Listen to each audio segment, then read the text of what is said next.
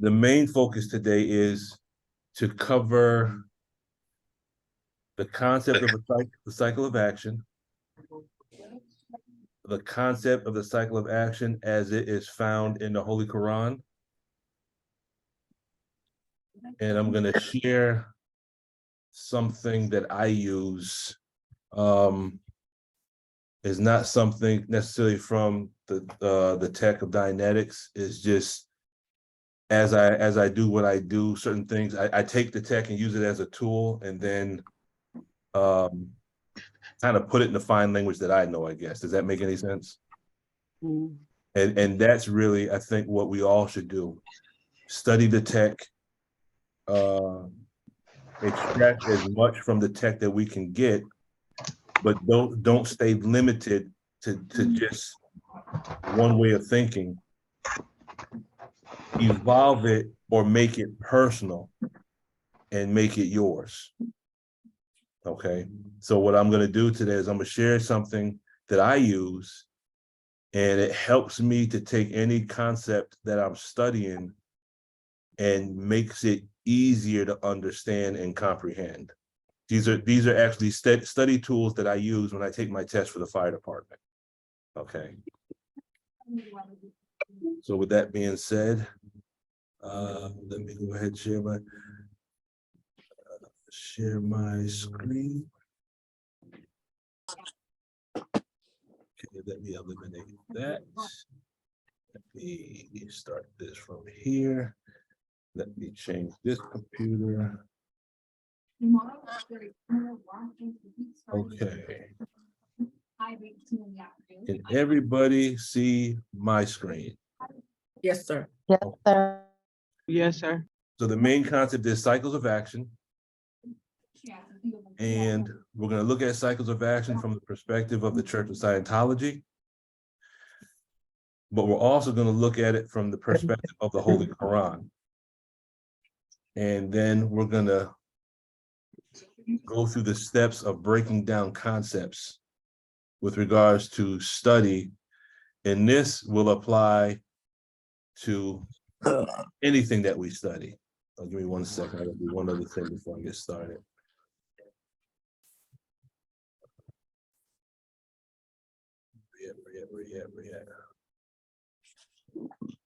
So this is applicable to anything.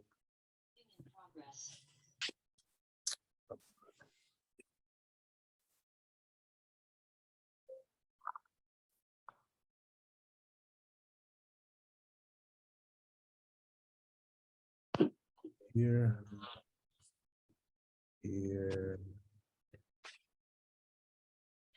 Okay, there we go. That's better.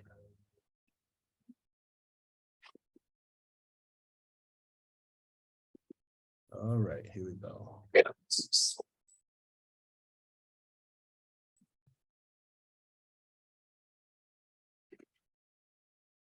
Okay. And we're going to use fire as a demo kit to illustrate the cycle. And the reason why I'm using fire is I first came across this concept actually when I was in the Fire Academy back in 2006.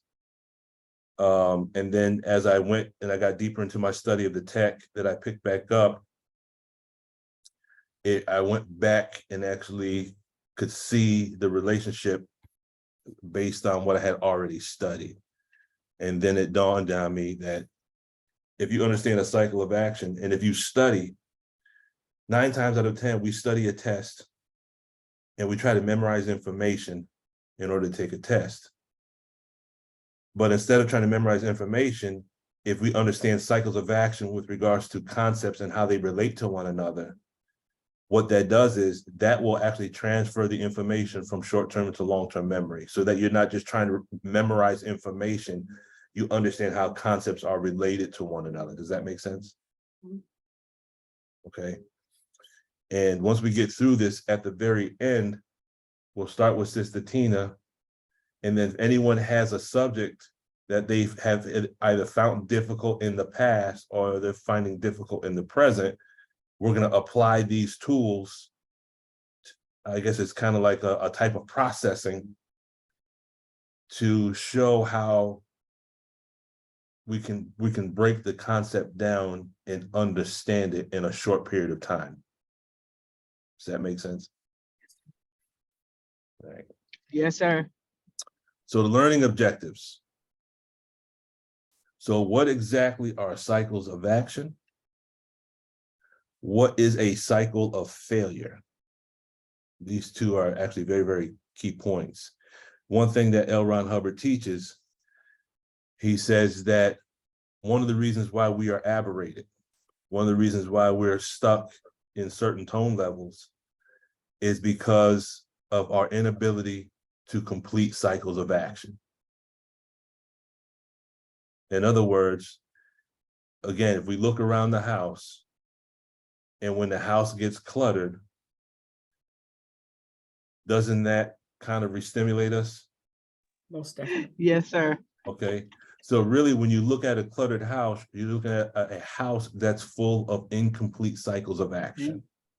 Yes, sir. And this is why if we go and we attack the bedroom first, we fold up the clothes, we put the clothes away. As we begin to clean up that room, what happens to our tone level? It rises.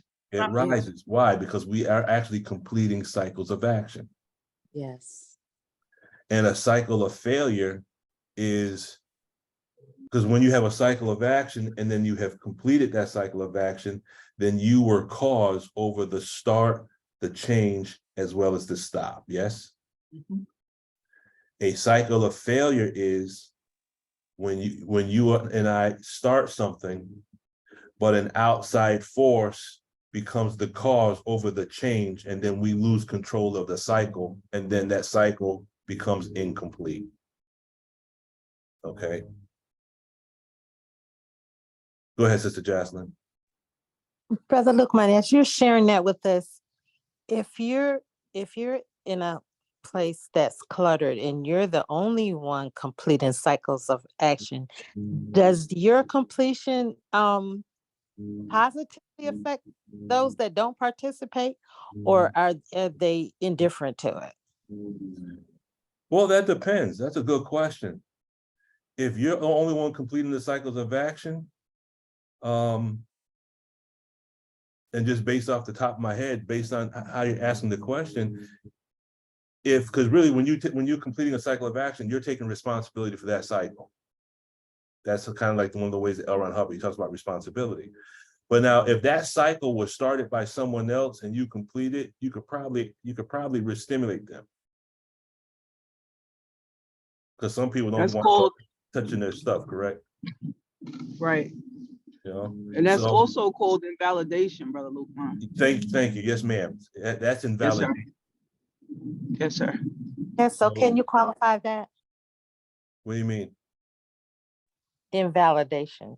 Because if you go behind someone, like I don't like people going behind me doing nothing, even though I might procrastinate in doing it. Because if you come behind me and doing it, that's gonna aggravate the hell out of me.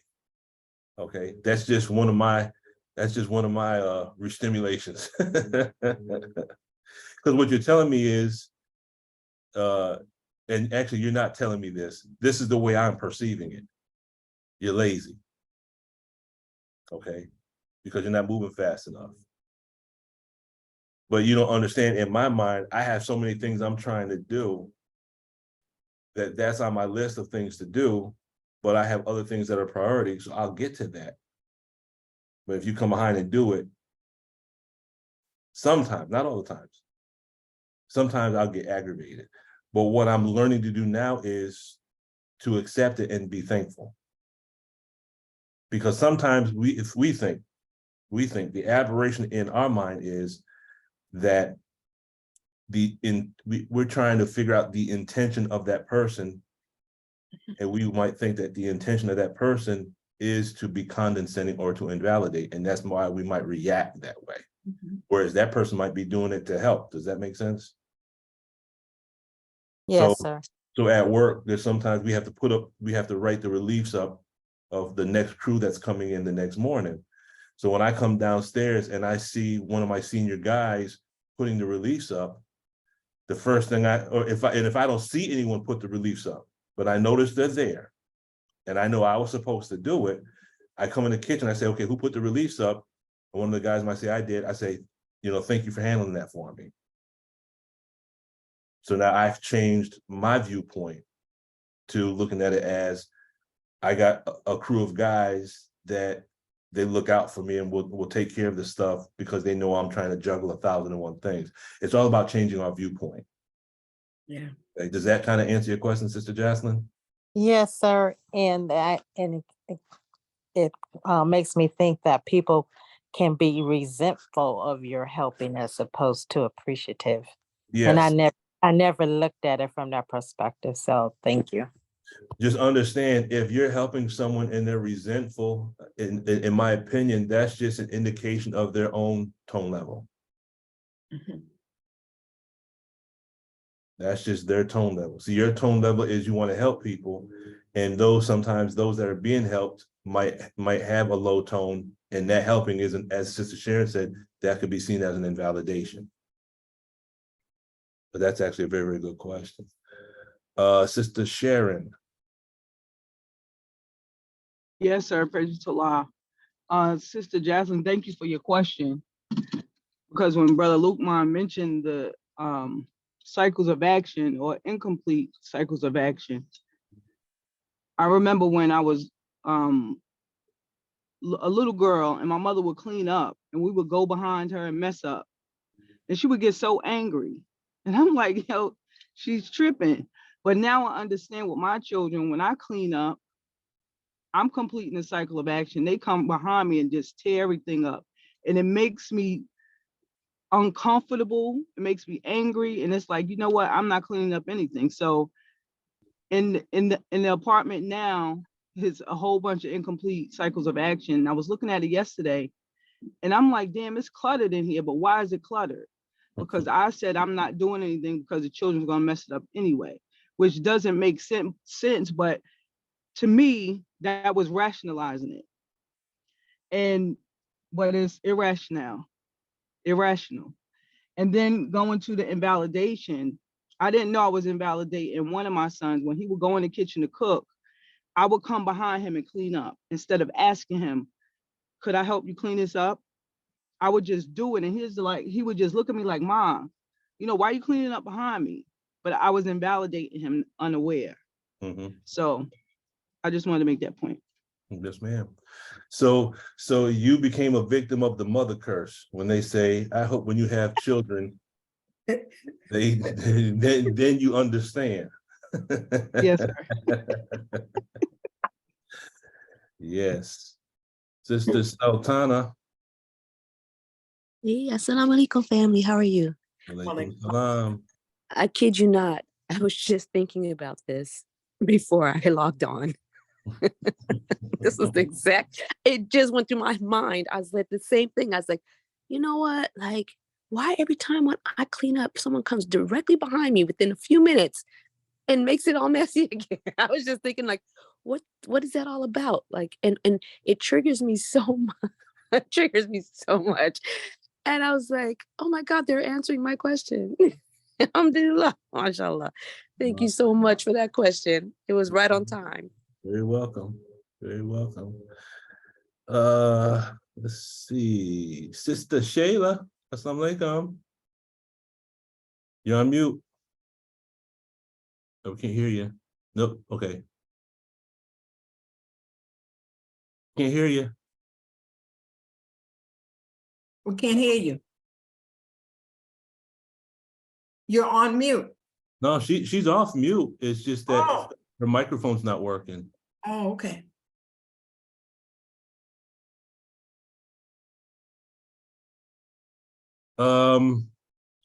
If you have a question, type it in, because we can't go the whole class and not hear your voice.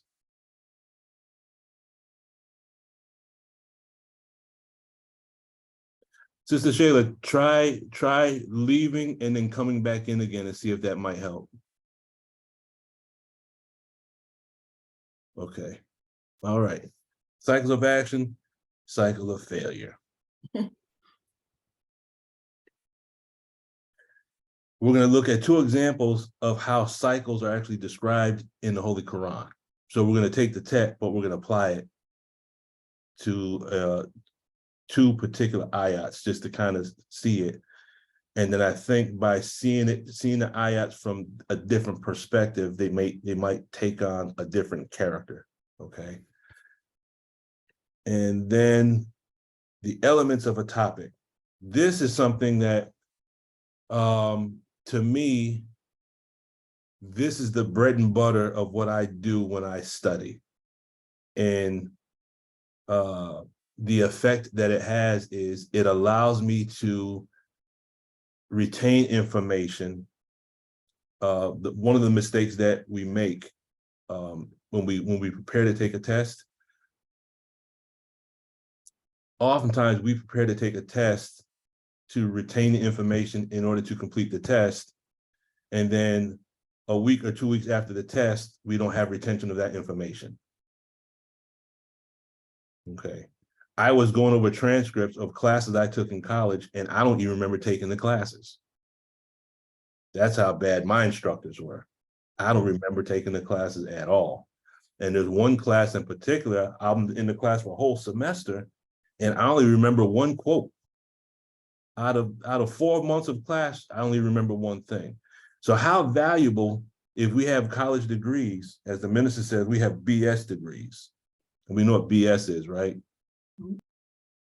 Not to negate what we have, but if we're not retaining information, if we're not applying information, then we have a master's degree, an MS, and the minister says that's just more of the same, right? And then you have a PhD, and he says that just means piled higher and deeper. So, let me see, I got some. Okay, yeah, great. Someone put, I think, what was that, Sister Belinda that put that in there? Okay, invalidation. Yeah, and see, it might not even be our intention to invalidate. But Sister Sharon, I do think there's one solution to that problem. That is, you can supervise your sons completing, redoing your cycles of action. Right? Yes, sir. That's one way to do it. Yes, sir. Okay. Sister Shayla, can you hear us? I can hear you. I don't know if you can hear me. Yes, we hear you loud and clear now. Assalamu alaikum, everyone. Salam. I'm not sure what you all spoke while I was gone. And you We were talking about you. I'm just messing. So I don't want to belittle the point. I think it's very important that we understand invalidation can kill someone. Yes. Invalidation can kill you. We can kill someone with kindness. We are well-intentioned, but we must understand just look at it from this perspective. Brother Lukman does such a great job in giving you the direct tech. But if you can think that you are a God and the person you are speaking or trying to help is a God, and speak to them or help them from that perspective, it will create ARC and not because I don't know about none of you, but let's speak about me. When I came into the nation, there were so many rules and so many things that people did differently from the world, right? And anytime I was given a directive as an order, I why? It's not that I didn't want to do it. It's just that I didn't understand. And I understand in a military structure, we don't have time to explain a lot of things, but I'm just giving you this as a point of reference. Not because those people was doing something wrong. They was just doing the best that they can. So the person that you are trying to help, they are just doing the best that they can. They don't know any different. But it's our responsibility to raise them. We do this with our children because we want them so desperate to make it into the hereafter. But it's not by our accord, it's by their, we say it in Islamic term, is by Allah's permission. In Surah 2, section 4, the Quran explained to us that we can attain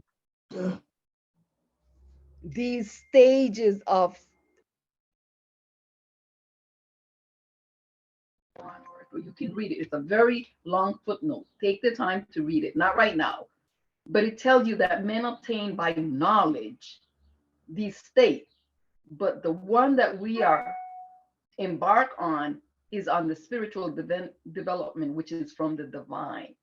So you're doing two things. You're helping someone in a physical task, in an advice, because sometimes you see the mistake or the bus coming to hit them and you just want to move them out the way.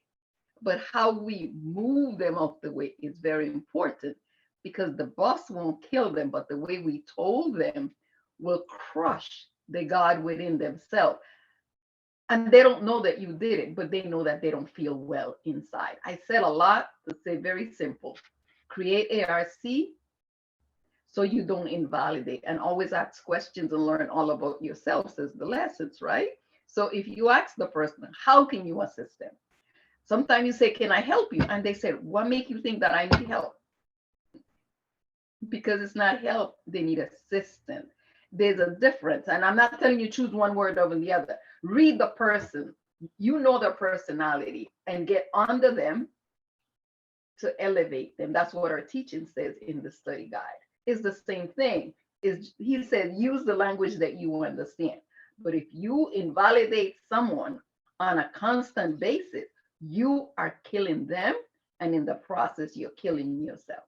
And I don't mean drop dead right now, but you know, you squash someone and you know what that feel like. They know what that feel like. Like if somebody compliments you in one hand and on the other hand, they bring you down. They just took unit of attention because now you're doubted your own ability, capabilities, and you know, you're dilly-dallying. So always try to elevate the person regardless of how they are to you. That would be my in my own language to put that down. That's it. Yes, ma'am. Yes, ma'am. That goes back to, I believe it's the general rules of conduct where it says be kind and do good to all. Mhm. All right. Thank you, Sister Faye. Sometimes that's hard to do sometimes. Yeah, it is, because we ain't clear yet. That's true. No, I'm not. Sister Sultana? Yes, thank you. That reminds me of Sister Shrivandi. She says, soul on a journey. So she said, remind yourself when you start to look at something, criticizing it and putting it down or doing these things. She said, just remind yourself that you're a soul on a journey and they are a soul on a journey. And your journeys are going to have different dynamics. And you just have to remind yourself that it's not personal. Don't take it. Just say that's a soul on a journey. I'm a soul on a journey, and we can help each other. That's it. Yes, ma'am. Most definitely. Thank you there, Sister Sultana. I saw someone else's hand come up and then it went back down. Who was that? That was me, Brother Lukman. I wanted to commend our sister with what she just offered. And when she used the word how, it made me think of whenever we ask how, that denotes genuine compassion and care. To me, it shows that you want to help, and it puts, like you said, I think it heightens the tone scale as opposed to like if you ask somebody, say why or what, sometimes that could be like kind of a nosiness, but if you offer how, I just think that was a beautiful the way she described it. I thought that was really, really wonderful, and I just wanted to share that. Thank you. Thank you very much. Praise be to God. All right. What is a cycle of action? Cycle is, and this is based on the Dianetic Technical Dictionary, is the sequence that an action goes through, wherein the action is started, is continued for as long as it is required, and then it's completed as planned. Now, L. Ron Hubbard gave this as a cycle of action, but L. Ron Hubbard, I believe, because I know that L. Ron Hubbard studied the ancient wisdom of the Eastern philosophies. And cycle of action actually comes from a book called the Bhagavad Gita, where you have an individual named Arjuna, and he's talking with Krishna, which is represented God manifested in physical form. And they're having this conversation. And the cycle of action is explained in the book in this way. There is a God called Shiva.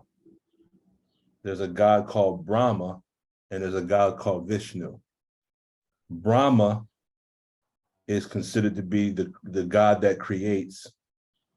Vishnu is the God that preserves, and Shiva is the God that destroys. And then Shiva says, it's not that there's three gods. Shiva says, this represents one God in three different points in time. Does that make sense? Okay, so it's not, when you get to the root of the faith tradition, it's really not polytheistic.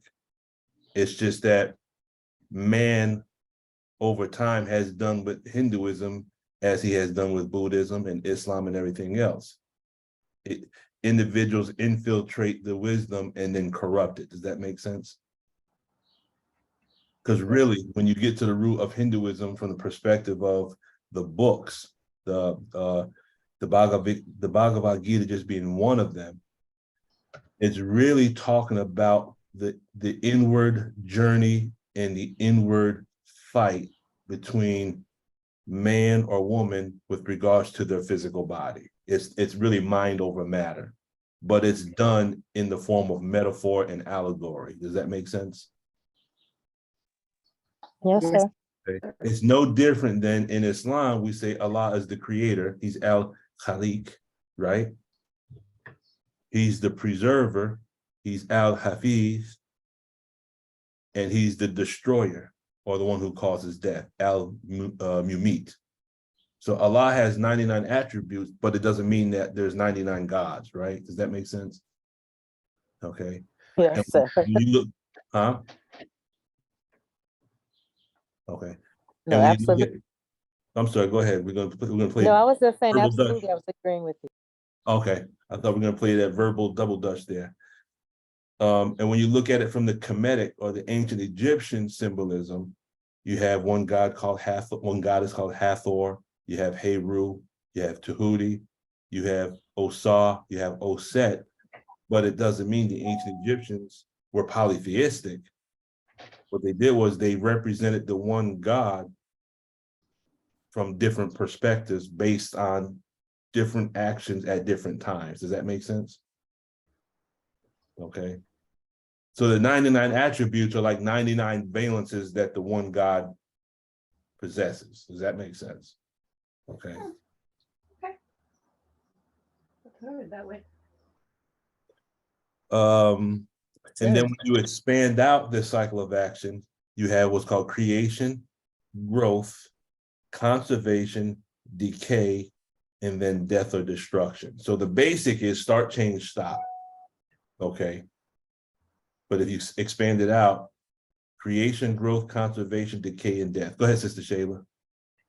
This is no relationship to this, but you said like 99 valences. So I know this, but I can't recall it. What are the 4 valences? Anybody knows? I know there's 4.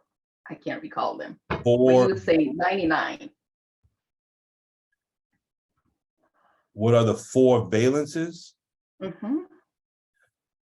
I wouldn't say there's 4 valences, because a valence is just personalities that a person carries around with them, and we can have more than 4 valences. I just wanted to correlate that with the 99 attributes that we know we have some and I wish I had patience, and also the all-knowing. I wish I had that. But there are many more that are not. It's not that they're not attributes of Allah, they are on the opposite of what we need to balance it off. Because when you say 99 valences, it's like, that's a good thing. Right, but I'm just using that as an example to show, kind of show the different sides of Allah as far as the 99 attributes. I got You you. have Allah, but Allah manifests his character in 99 different ways. Correct. Okay. Got that. A valence, now again, I'll say this from my perspective. A valence doesn't necessarily have to be a negative thing. Because I know I have a character or a valence of my father, which is positive. Okay. My father was a very hardworking person. And, he always, my father was, a great example. I love my father to death. And he showed me, even though as a Black man in North America, he wasn't affectionate, he showed his love by myself and my siblings. We never wanted for anything. We always went to school with a full stomach. The lights were always on. The rent was always paid. There's nothing I could ask my dad for and he wouldn't give it. Okay. So I try to be the same way with those in my circle. So I could say that I have his valence or his personality. We say it like this in Islam. Surely I am turning myself to thee, O Allah, right? Surely I have turned myself to thee. Well, when you do that in the Arabic, it's inna wajatu wajahi. The word face in Arabic is waj, and it means personality. So we're striving to get into the valence of Allah. I'm just showing how we can kind of put the two terms together. Gotcha. Okay. I got it.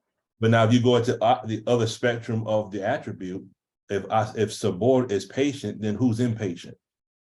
Me. That's so that's another valence. So now here's what happens. This again, this is my opinion, but whenever, who's that? Where's that coming from?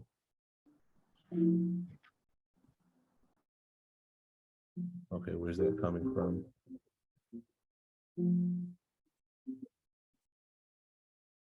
Someone's calling on my wife's computer.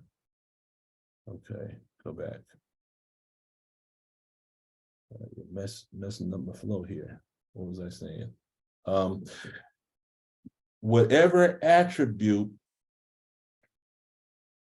and this is just my opinion, whatever attribute Allah is trying to teach us, he puts us in a situation that is the opposite. In other words, and Sister Shayla, I'm gonna try to use you as an example. If impatience is something you're working on, some patience is something you're striving for, do you constantly get put around situations or people that make that just, you just want to cuss them out because they test your patience? Yeah. Yes, sir. Okay. Oh Now, my God, constantly. okay. Now look at it like this. If you go to the gym, okay, if you go to the gym, you have one machine that works biceps. You have one machine that might work triceps. So you got some machines that work just the quads and the calf muscles and the shoulders, correct? Yes. Okay. So you have different stations that will work different muscle groups. That's to work out the physical body.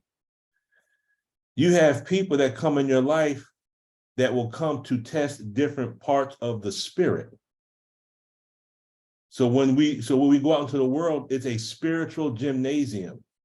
Some people are going to test your patience. Some people are going to test your kindness. Some people are going to test it. Now, certain attributes we manifest without even thinking. It's just second nature. But there's certain things we have trouble manifesting it. Okay.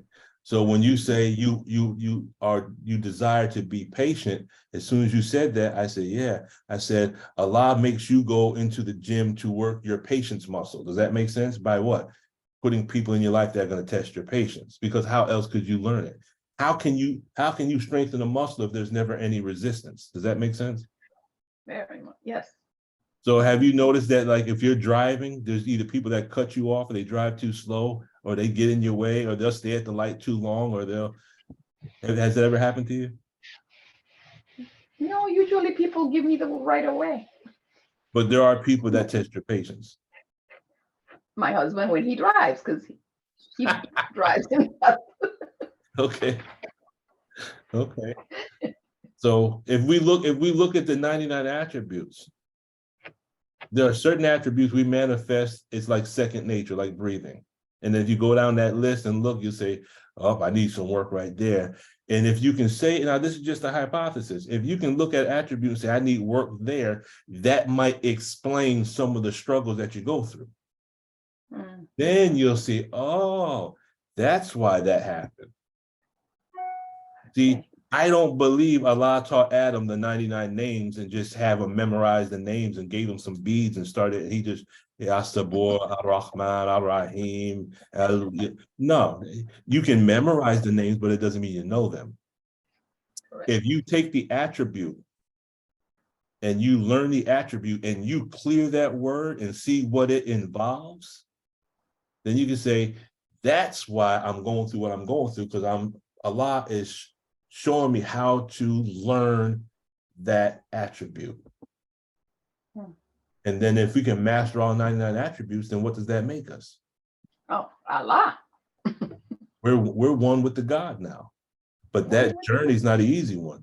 But I will say this, what was the first attribute that Moses had to deal with when he walked with the wise man? Patience. Patience, patience, and patience. And that's the one that is the most, for some of us, it's the most painful. We're not patient. No. Okay. So that's just a long-winded answer to a question, I guess. But so look at where you're being tested, and then you'll know what attribute you're being grown into. And then maybe it'll change your viewpoint and perception. You realize, okay, yeah, Allah is present, because if he wasn't present, I wouldn't be going through this right now. Oh, okay. Yeah. L. Ron Hubbard says cycles of action produce time. Okay, so here's the cycles of action. Why did that just disappear? I see now. Okay. So what's the basic cycle? The basic cycle. A cycle of action can also be stated another way. This in terms of energy action. Motion is characterized by only 3 conditions, and all motion is part of the gradient scale of these 3 conditions. These conditions are start, change, stop. Now, you can see this in anything you do. If you want to take a nice hot Epsom salt bath, how do you start the process? Turn on the water. You put the salt in, that changes the water. Then you turn the water off. That's the stop, right? Cycle of action. Okay. Cycle of action, you're cooking. You turn the grease on. Start. Put the food in the grease. You're frying chicken and whatnot, or fish. Change. Stop. You turn the burner off, right? Y'all with me? Has anyone ever burnt food before? I'm trying to stop that right now. Last night, Sister Jacqueline, you burnt some food last night? yes, sir. If you don't mind me asking, how did that happen? Not focused, not in present time. Did something else that took your focus off? Yes, sir. Okay, so something else took control of the cycle. That's right. Yes, sir. Something else took control of the cycle. So you didn't mean to burn the food, but you started. Something else took place that changed the focus. So an outward environmental counter effort was able to take control of that cycle. And then the end result was the food got burnt, correct? Yes, sir. Okay. And just on a cooking note, if you ever have a grease fire, don't use water to put it out. That's just a commercial breakdown. Don't use water to put out a grease fire. You'll burn up your whole kitchen. Okay. So you didn't have to do that, did you? It didn't catch fire, you just burnt the food. Yeah, it was just charred. It was Just a little charred. charred, a little smoky flavor. The smoky flavor. Okay. So here's the expanded cycle. So the most basic description of this should be in terms of havingness, but the cycle can also be stated more abstractly in terms as follows: creation, growth, conservation, decay, and then death. Okay. Those are the 5 parts of the expanded cycle. Now, let me say this as well. The full cycle, and I think we'll understand it, is this. The full cycle can be considered start, and I'll use this with regards to our Islam. Start, growth, conservation, decay, death, right? And then reverse the cycle. Decay, conservation, growth. So you're repeating the cycle, but in reverse. Does that make sense? That's called the ups and downs. Very silent. I'm gonna give you an example. Here's the demo kit. We say we're gonna do something. Okay. We start the process. We grow into the process of accomplishing something. Then we get at the stage where we're actually do it. That's the conservation, yes? Sometimes our willpower gets weak and our willpower begins to do what? Decay. Okay. And that leads to a stop, correct? And in our stop, we begin to decay. We might go down the tone scale. We reach a certain point, but then we begin to grow again. Does that make sense? It looks like this. That's the life's ups and downs. Y'all with me? Yes, sir. Sometimes our spirit is good. We come in contact with someone, our tone drops, correct? Mm-hmm. What happens when our tone drops? We do something, we go back to or return to something that we used to do when our tone used to drop. For me, it's food. When I get stressed out, I'm an emotional eater. That's my comfort. But then when I say to myself, I got to stop doing this, what happens? My tone begins to grow again. Okay. Now, just for the sake of laughter, Saturday I go to work with the thought, and I've told you this many times before, I gotta get on my eating habits. I gotta get on my dietary. What does the junior guy cook for breakfast on Saturday? And the guys know I'm not a breakfast person. 2 cups of coffee, and I'm good. What does the junior guy cook for breakfast on Saturday morning? Who knows? Who said it? The waffles. French toast. French toast. Good God Almighty. That is my kryptonite. If someone wants to assassinate me, all they got to do is put it in the French toast. French toast. That's my kryptonite.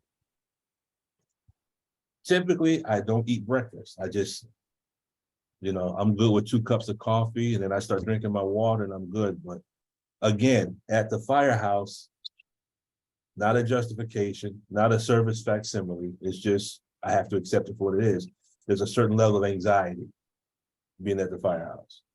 So, yeah, we had French toast this weekend, and it was damn good too. Oh boy. That's my ups and downs right there, food. Now, fire as a demo kit. So this comes from one of our manuals that we have to use to study from. And it says, it doesn't say cycle of failure. That's something I added in. But it says burning materials follow a specific sequence of events from start to finish. Interrupt any of the sequential steps and fire can be minimized or extinguished entirely. And I put cycle of failure there for this reason. Whenever you have decided or postulated, or you have said kun fayakun to produce as a cause, you're producing an effect. Whenever a person, a place, or certain words, as Sister Sharon said, invalidations, these things can interrupt the steps of that cycle, correct? When you're dealing with fire, you want to interrupt the cycle of fire. That's a positive thing. But for us, when we're trying to accomplish things, go higher up on the tone scale, accomplish our goals, our dreams, and our aspirations, and then if individuals that either say or do certain things that interrupt our flow, that can produce the cycle of failure, correct? Okay, what they're doing is they're extinguishing our fire. Or we can say they are extinguishing our light. Does that make sense? Okay. Yes, sir. It says the older texts refer to these stages as the incipient stage, the smoldering stage, and the free burning stage. Okay. But can you see start, change, stop right there? There's 3 steps there, right? Y'all with me? Yes, sir. Yes, sir. Today's firefighting science has redefined the stages of fire burning. They are the ignition, the growth, fully developed, and decay. Okay, so there's 4. But after decay comes what? The fire is extinguished. So you have your start, growth, conservation, decay, and stop. So in the study of the fire, we can use that as a demo kit to study and understand a complete cycle of action. Okay. And it just so happened that that was in the firefighter's handbook on page 91. And 91 is what number in reverse? 66. 19. 19. Okay, so now we got to figure out what is the science behind that 66. Because that was a flash answer. Now, fire is a cycle of action. So if you look at the cycle as create, growth, conservation, decay, and death, that's the cycle as described by L. Ron Hubbard. And you can find this, I remember seeing this in Scientology 88008. I don't think I saw that in Science of Survival. But now when you make the equivalent to fire science, you have what's called the incipient stage. You have the growth stage. You have the fire is fully developed or free burning. You have the decay stage, and then you have extinguishment. Okay, so you can see that these cycles line up perfectly, correct?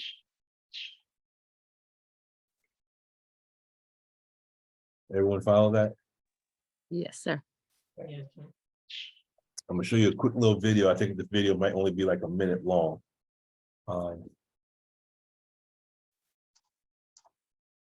So this is gonna give you the 4 stages, but it's actually, I think this might actually only last like 30 seconds. It goes quick, but it gets the point across. This chair is an example of a fuel-controlled fire. Note the 4 stages of fire: ignition, growth, full development,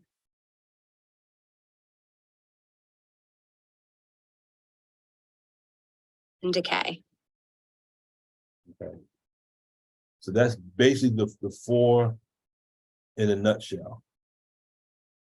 This chair is an example of a fuel-controlled fire. Note the four. Okay. Incipient, growth, fully developed, decay, and if someone comes in with the extinguisher, then you have the fifth stage, correct? Y'all with me? Yes, sir. Okay. Yes, sir. Now, I want you to put your thinking caps on for the next part. If fire corresponds to emotion, okay?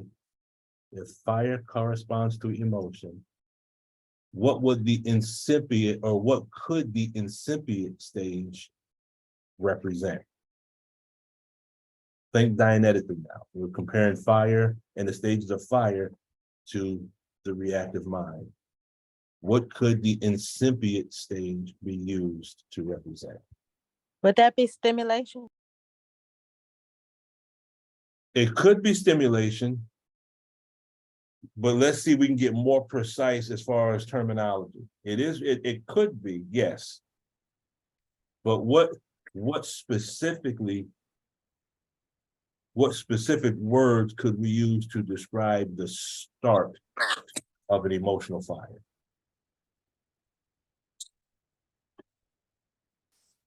Is it like reactivation of an engram? It is a reactivation of the engram. That's exactly what's happening, but what's the language which describes the activation of the engram? You want the precise terminology.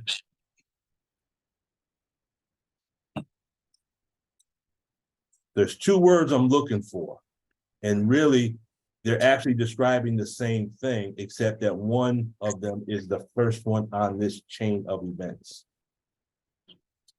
Would it be the key in? The key in, yes, ma'am, the key in, or the lock, Okay. or we could say ARC break. All the answers were correct, but I was just looking for the exact language, because what these are, you're actually activating the engram.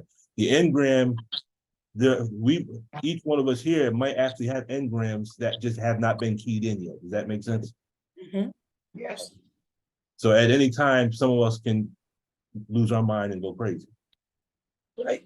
But we have the tech, so hopefully by Allah's grace, you know, we can maintain our tone level so those engrams don't get reactivated. So the incipient state could be the key in, it could be the lock. It could be, as we were talking about earlier, it could be the invalidation. That could be the start, right? So now what would the growth stage be? Once something has been keyed in, what does it cause?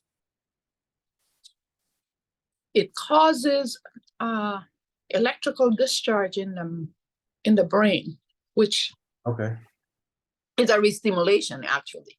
okay. Now And keep in that's the mind, effect. huh?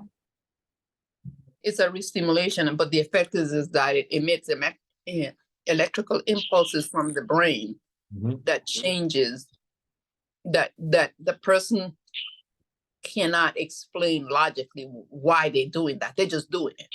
Yes, ma'am. I can't explain why I ate all that French toast on Saturday. I just did it. You're funny. Okay. So when you look at fire as emotion, the incipient stage is the key in the lock, the invalidation, the ARC break. And what does that do? That causes the growth, which is called re-stimulation. Okay. Now, family, the one thing I don't want you to do is this. Don't have an answer in your mind and then not give the answer for the fear of being incorrect. Because even though you might provide an answer that is not the text as written in the Dianetics, you might provide data that might take us deeper into the topic that we're discussing. So don't invalidate yourself if you have an answer, but you choose not to share it. Does that make sense? Yes. Because Yes, sir. sometimes I get the feeling that Yes, sir. we might be hesitant. You know, we might be hesitant because we don't want to be wrong, but there is no wrong. Because if that's your answer, then that's your truth. And your truth might elevate the tone of the topic to a whole nother level. So when you withhold information, you're actually holding all of us back from growing. Does that make sense? Yes, sir. Okay, so now once the invalidation, the lock, the key in produces the restimulation, as the fire is fully developed, what do we call it when a person is fully on fire? Dramatization. Dramatization. Okay. Dramatization. So you see how we're using fire as a demo kit to represent the pre-clear or the aberrated individual? Okay. Yes, sir. So now how do we get to the decay stage? Now there's two paths here, because you can have this fully developed could either be in a controlled environment or an uncontrolled environment. Actually, this whole cycle can either be what's called a controlled environment or uncontrolled environment. Does that make sense? Mhm. I think it was, Yes. I think it might have been Brother Wadu who had mentioned fighting fire with, was it you, Brother Wadu? No, was it Brother Robin, fighting fire with fire? I think it might have been Brother Robin. Yes, sir. Assalamu alaikum. Yes, sir. That was Brother Robin. Okay. See, when you have a structure fire, when a building is on fire, you're fighting fire with water. Okay. Does that make sense? Okay. When you deal with what's called wildland fires, fires that are out in the woods, out in the grass, out in those areas, there is a strategy or a tactic that's used where if you know the fire is moving in this direction, and you can pretty much clock how fast it's moving. So if you know the fire will be at point B in exactly 1 hour, then you produce what's called, I believe it's called a fire break. So what wildland firemen will do is they will burn away the fire in a controlled method. They will purposely set fire in a controlled way so that when the real fire comes, there's no herbage there to burn. And the goal is to stop the fire at that location because there's nothing else there. Does that make sense? Yes, sir. Yes, sir. And I believe we use that as a demo kit to describe the mosque, where the brother said that Minister Farrakhan said that the mosque is the dojo, meaning what? Sometimes we have to deal with the nonsense from one another. What are we doing? We're learning how to burn away that which can be burned, so that when we go out into the public to deal with the real aberrated people, we don't have anything left in us for them to burn. They can't cause us to be aberrated because we've been dealing with the nonsense inside with the family in the mosque, correct? Correct. Okay, so the mosque is almost like a place where we can deal with the wildland fire as a demo kit. If we can deal with one another and learn how to rise above our emotion into the mind and thinking of God with one another, then when someone in the community might say or do something to us, we can say, okay, bro, I pray Allah.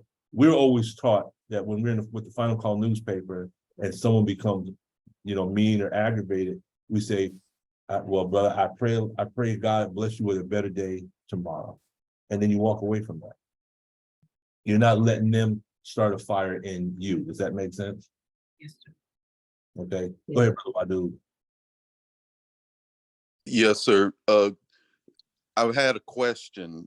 Is it true that for a fire, you need a spark, you need oxygen, and you need fuel?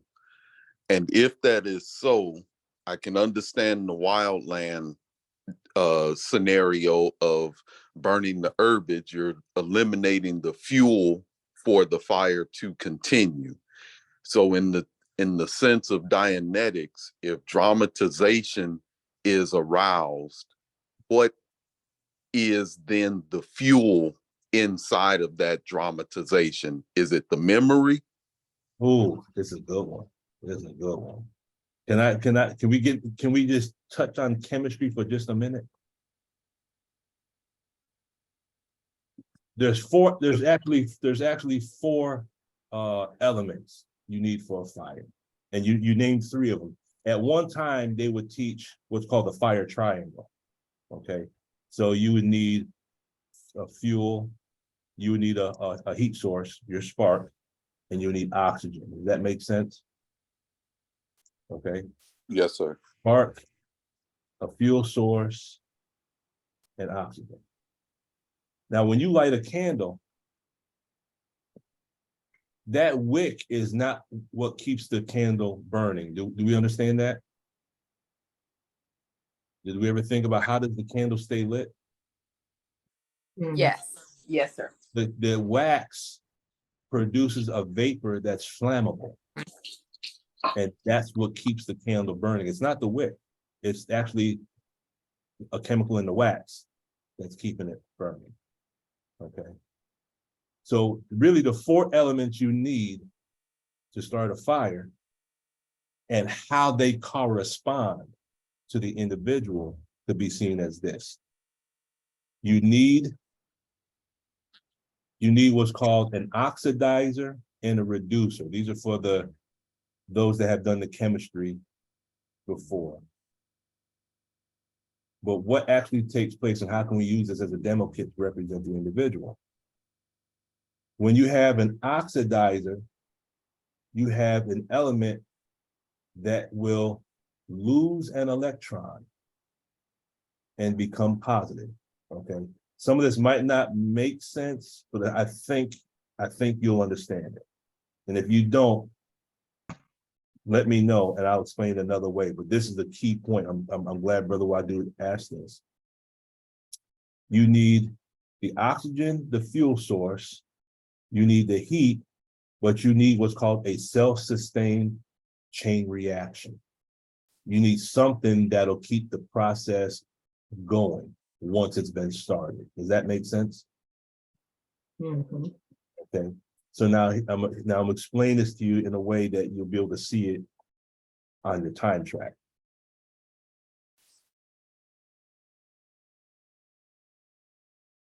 The reducing agent, what it does is it takes on the electron that the oxygen gives away. And I remember electrons are negative, correct? Yeah, with me? Correct. Okay. And this might be another topic we'll deal with and get more in depth in at another time. Electrons are negative. The oxygen loses an electron and it becomes positive, because if you give up something negative, then it becomes positive, right? Mhm. The reducing agent, the fuel, gains the electron. It was balanced before. It was neither positive nor negative. It was balanced.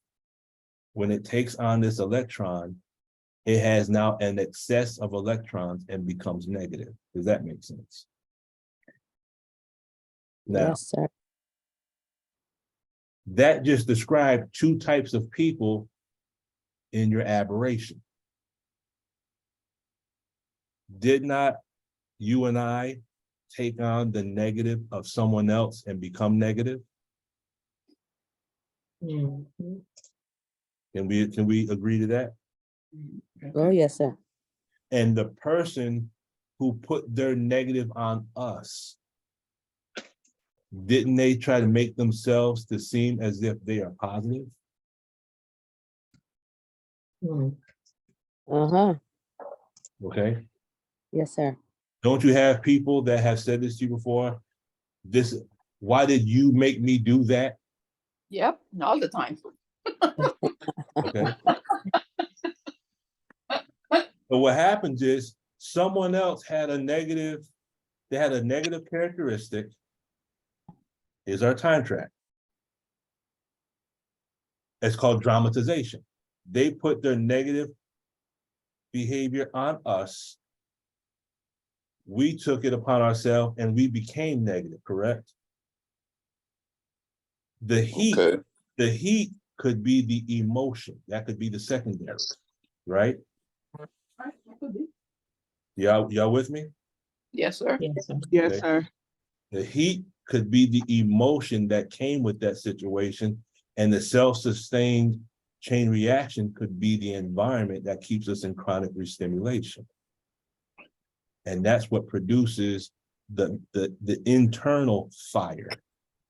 And that takes us back to the 7 types of fire that's described in the Holy Quran. But can you see how we can use fire to describe aberration? Yes, sir.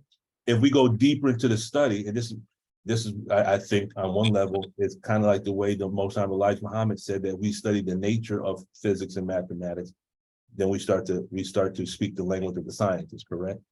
Mhm. Okay, so the more we study math and science, but then we can make it applicable. The Honorable Minister Louis Farrakhan said that whenever you study something, put Allah at the center of that.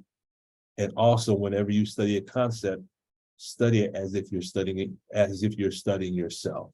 Does that make sense? Okay. Absolutely. Yes, sir. Yes, Yes, sir. sir. So when I look at the fires that are in my mind, I can go back and trace back some of where those things began. And when certain things affect me now, I can kind of catch and put the fire out before the fire gets too big. Does that make sense? Yes, sir. But I still have some fires. I still know there's some smoke. There's some smoke. I just can't find the fire, but I know there's something there. And I haven't had it, because for that you need the dynamic processing. Does that make sense? Yes, sir. Okay. And Brother Lukman, Yes, ma'am. that's called the reactive mind pushing against or shoving the analytical mind. When you feel something coming up and you're able to catch it, your analytical mind fights the reactive mind, and the reactive mind in turn fights the analytical mind. Yes. But if you stay fighting, if the analytical mind stay fighting the reactive mind, the analytical mind wins. And that's what helps to keep us in present time when we're not clear. So Sister I just Sharon, went over that yesterday. oh, you just went over it yesterday? That's perfect. Yes, sir. That's perfect. Excellent. So Excellent. from a biblical standpoint, could that be where Jacob wrestled with the angel? It could be. Oh, absolutely. Could be. So we wrestle every day, don't we? Sure do. Yes, sir. Sister Millie said, sure do. Thank you for that, Sister Sharon. Brother Wadu. Yes, sir. Yes, sir. You got your hand up? Oh, no, sir. I didn't put it down. My apologies. No problem, no problem. Sister Adia.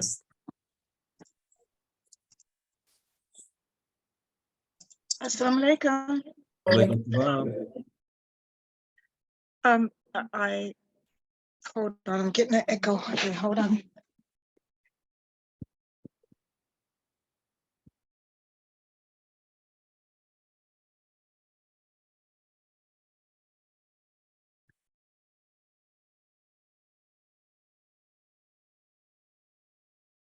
Sorry, we're in 2 different rooms, so I was getting an echo there. Okay. When you, as you described all of this, and when you mentioned the controlled environment, what popped into my head was a scenario of the legislative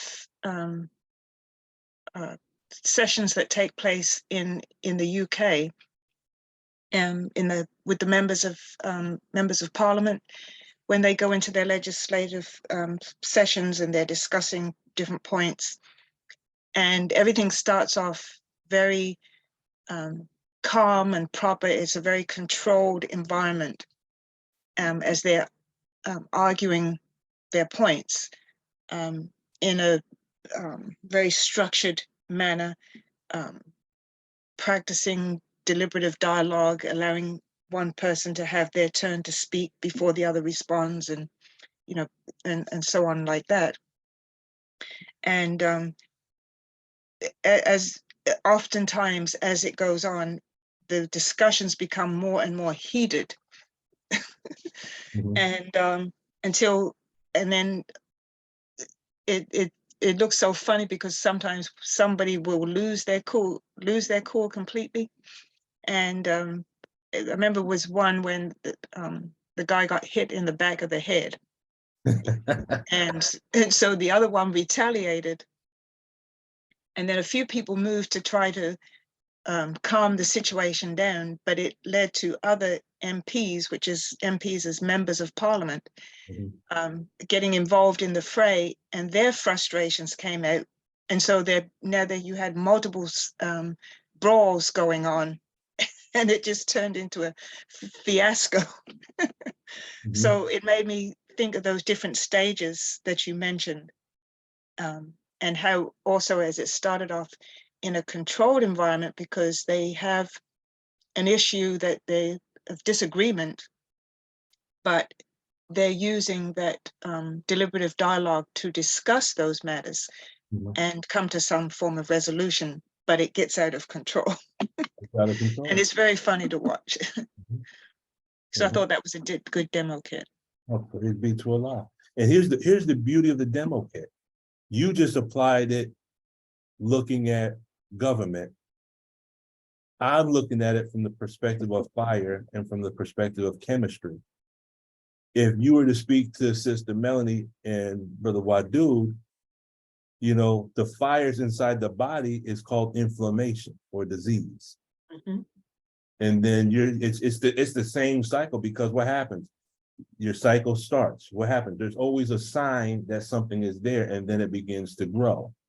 Okay. Now, conservation means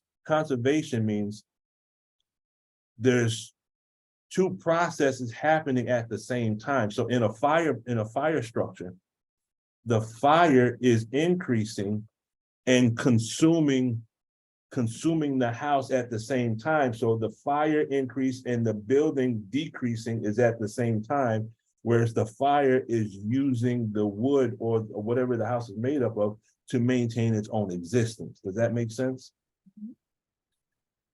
Same principle applied in the body. Inflammation, that's your fire, can be caused by viruses or bacteria. But what do? They're consuming the resources of the body so that they can maintain their own existence at the detriment of the actual physical body, correct? Yep. So what happens? There's a decay. And then after the decay, there's what? Unfortunately, there's death. So you learn one principle, but you can apply it in anything that you study, and you'll see the cycles line up in everything. Does that make sense, family? Yes, sir. Okay. Now, when you look at the difference between control and not control, if you look at these first three steps, the key in, the lock, or the ARC break, if you look at the restimulation and you look at dramatization, these are really the same things that happen when we audit someone, correct? Yeah. Okay. But we are setting fires in a controlled environment. Yes, sir. It's almost The like, marshal. Go ahead, Sister Sharon. The marshal. The auditor is the marshal to keep the fire under control, although you start the fire. I didn't mean to cut you off. No, go ahead.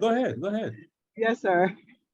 So the auditor is seen as the marshal to have control over the fire, although the auditor is starting the fire, so to speak. So it's in a controlled environment. It's a controlled environment. It's like wildland firefighting.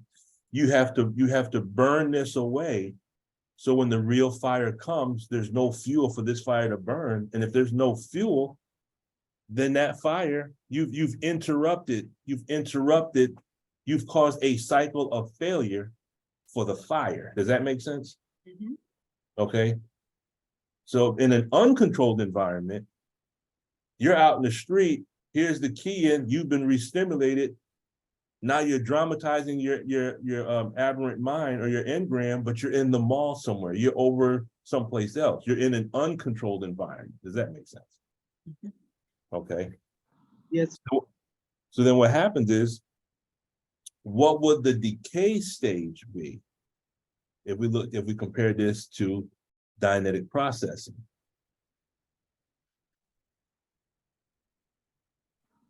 In a controlled manner and an uncontrolled manner, how can we look at this? The decay stage. After a person dramatizes, what happens? We could say that they fall down into apathy or grief. Uncontrolled, right? Yes, Yes. sir. In a controlled environment, what are we doing? We're removing the charge. Mhm. We're extinguishing the fire. In an uncontrolled environment, the fire is eventually will go out, but everything in that house is going to be destroyed. Does that make sense? We had a fire. Let's see, today is what? Today's the 31st. We had a fire on the 20, no, it wasn't the 29th. We had a fire on the 24th last week.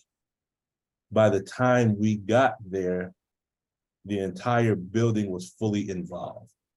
Wow. To translate that into Dianetics, that is a person who has lost their mind.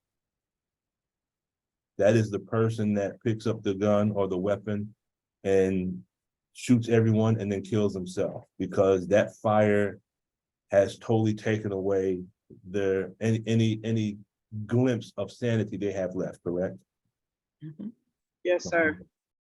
So now, after the decay stage, you have the last stage. With regards to the fire, you extinguish the fire, correct? Yes, sir. But now, if you look at the extinguished stage with regards to an uncontrolled, that means that person has become so aberrated. What do? They destroy those around them, and then they destroy themselves. Does that make sense? Mhm. Okay. In Yes, a sir. controlled environment, what is the end stage of dealing with an engram or secondary? You have what's called a release, or you have a clear. Okay. Now the main focus of this is this. This is the point I'm trying to get across, and this is we're going to prove it in a moment. Once we learn this tech and we learn how to apply it, you have the ability to master any subject you decide to apply your mind to. Okay. Because by learning one thing, you'll actually learn, you'll be able to understand many things. Does that make sense? Yes, sir. Okay. By applying this tech, you can study anything and gain mastery of it. You just have the patience with yourself. Okay, so a quick summary, part one. Everything in creation follows a cycle of action. Everything follows a cycle of action. So if we understand the elements of a cycle of action, we have the ability to understand everything in creation. We can understand mathematics. You can understand physics. You can understand biology. You can understand cardiology. Sister Zakia is not here, but she's the forensics. Her thought was forensics. Sister Melanie, nurse practitioner. So she has a lot of drip rates and drug dosages and those things those are some of the most painful things to deal with drug dosages, correct, Sister Melanie? Yes, sir. So whatever field of study we apply our mind to, we can gain mastery of it. Okay. Learning any topic, concept of method can be learned and mastered by understanding and applying these principles. Now, how is this cycle of action described in the Holy Qur'an? Okay. How can we find this in the Holy Qur'an? We're going to go over two quick ayats, and then I'm going to show you the topic. I break down the topic down, and then we're going to do some application to see if we can prove this to be true. In the Holy Quran, it says this: seest thou not that Allah sends water, supposed to be from the clouds, then makes it go, I must have been typing too doggone fast, then makes it go down into the earth in springs, then brings forth therewith herbage of various hues, then it withers, so that thou seest it turn yellow, then he makes it chaff. Surely there is a reminder in this for men of understanding, correct? With me? Mhm. Give me 1 second. Because I am not satisfied with that.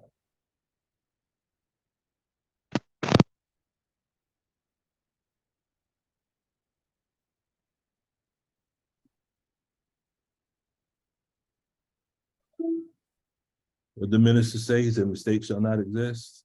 Mhm. He says, not that we won't make them, Yes, sir. but we correct them. Mhm.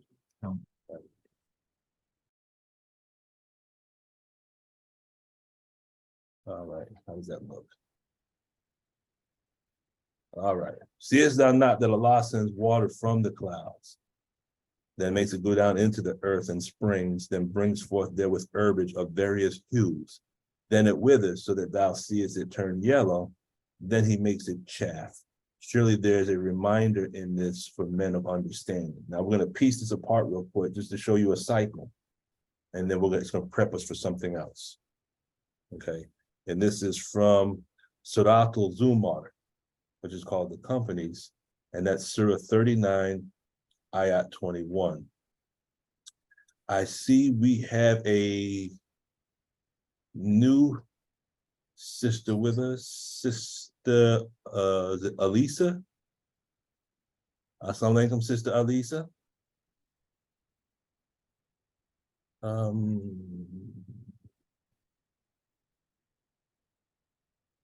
Now, is Sister Pamela, are you new, Sister Pamela, or is it just the first time that I've actually seen your picture?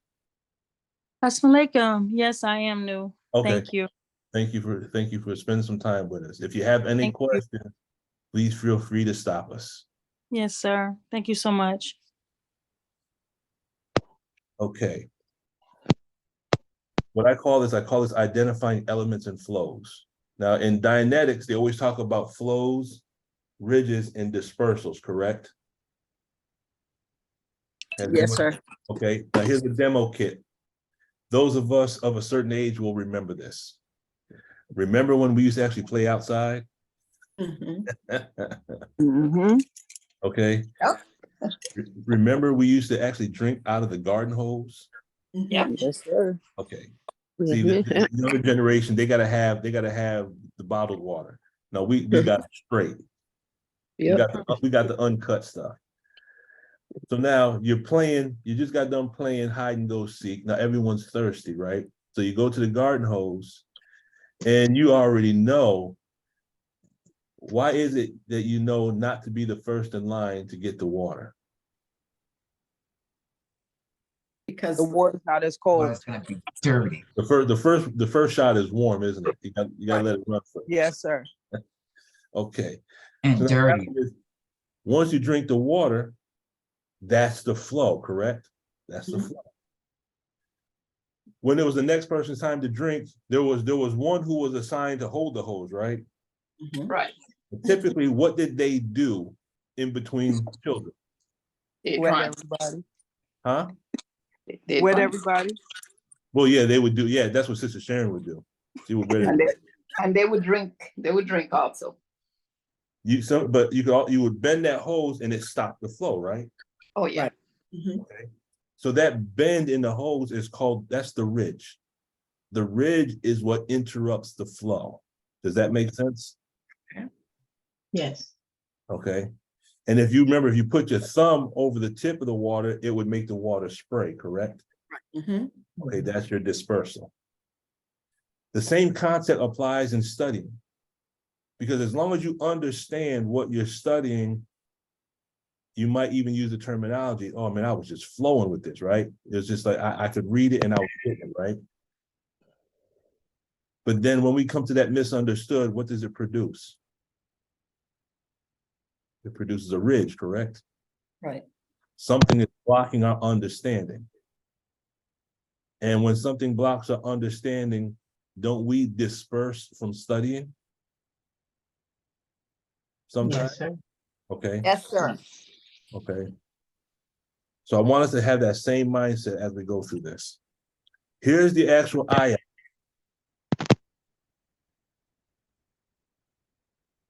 And because I cut and pasted this, the same mistakes are found here. Oh man, this is aggravating. Okay, I'll have to correct it afterwards. So this is the ayat. But now when you look at sends water from the clouds, the words in green are going to be the stages of our cycle of action. Okay. The word then in Arabic is thumma. And the word then implies flow, right? Can you see how that would imply flow? I did this and then I did that. Mhm. Okay. So you have flow. Makes it go down into the earth in springs. Okay. You have another element of the cycle of action. Then you have the word then, correct? And as you piece through this whole thing, you're going to notice that there are actually 5 parts of this cycle. Mhm. Okay. So on one level, this can be seen as a cycle of action. So now what is the significance of elements and flow? The word then, you can look at it as a mathematical term that implies a flow from the. Are with me? Okay. Yes, sir.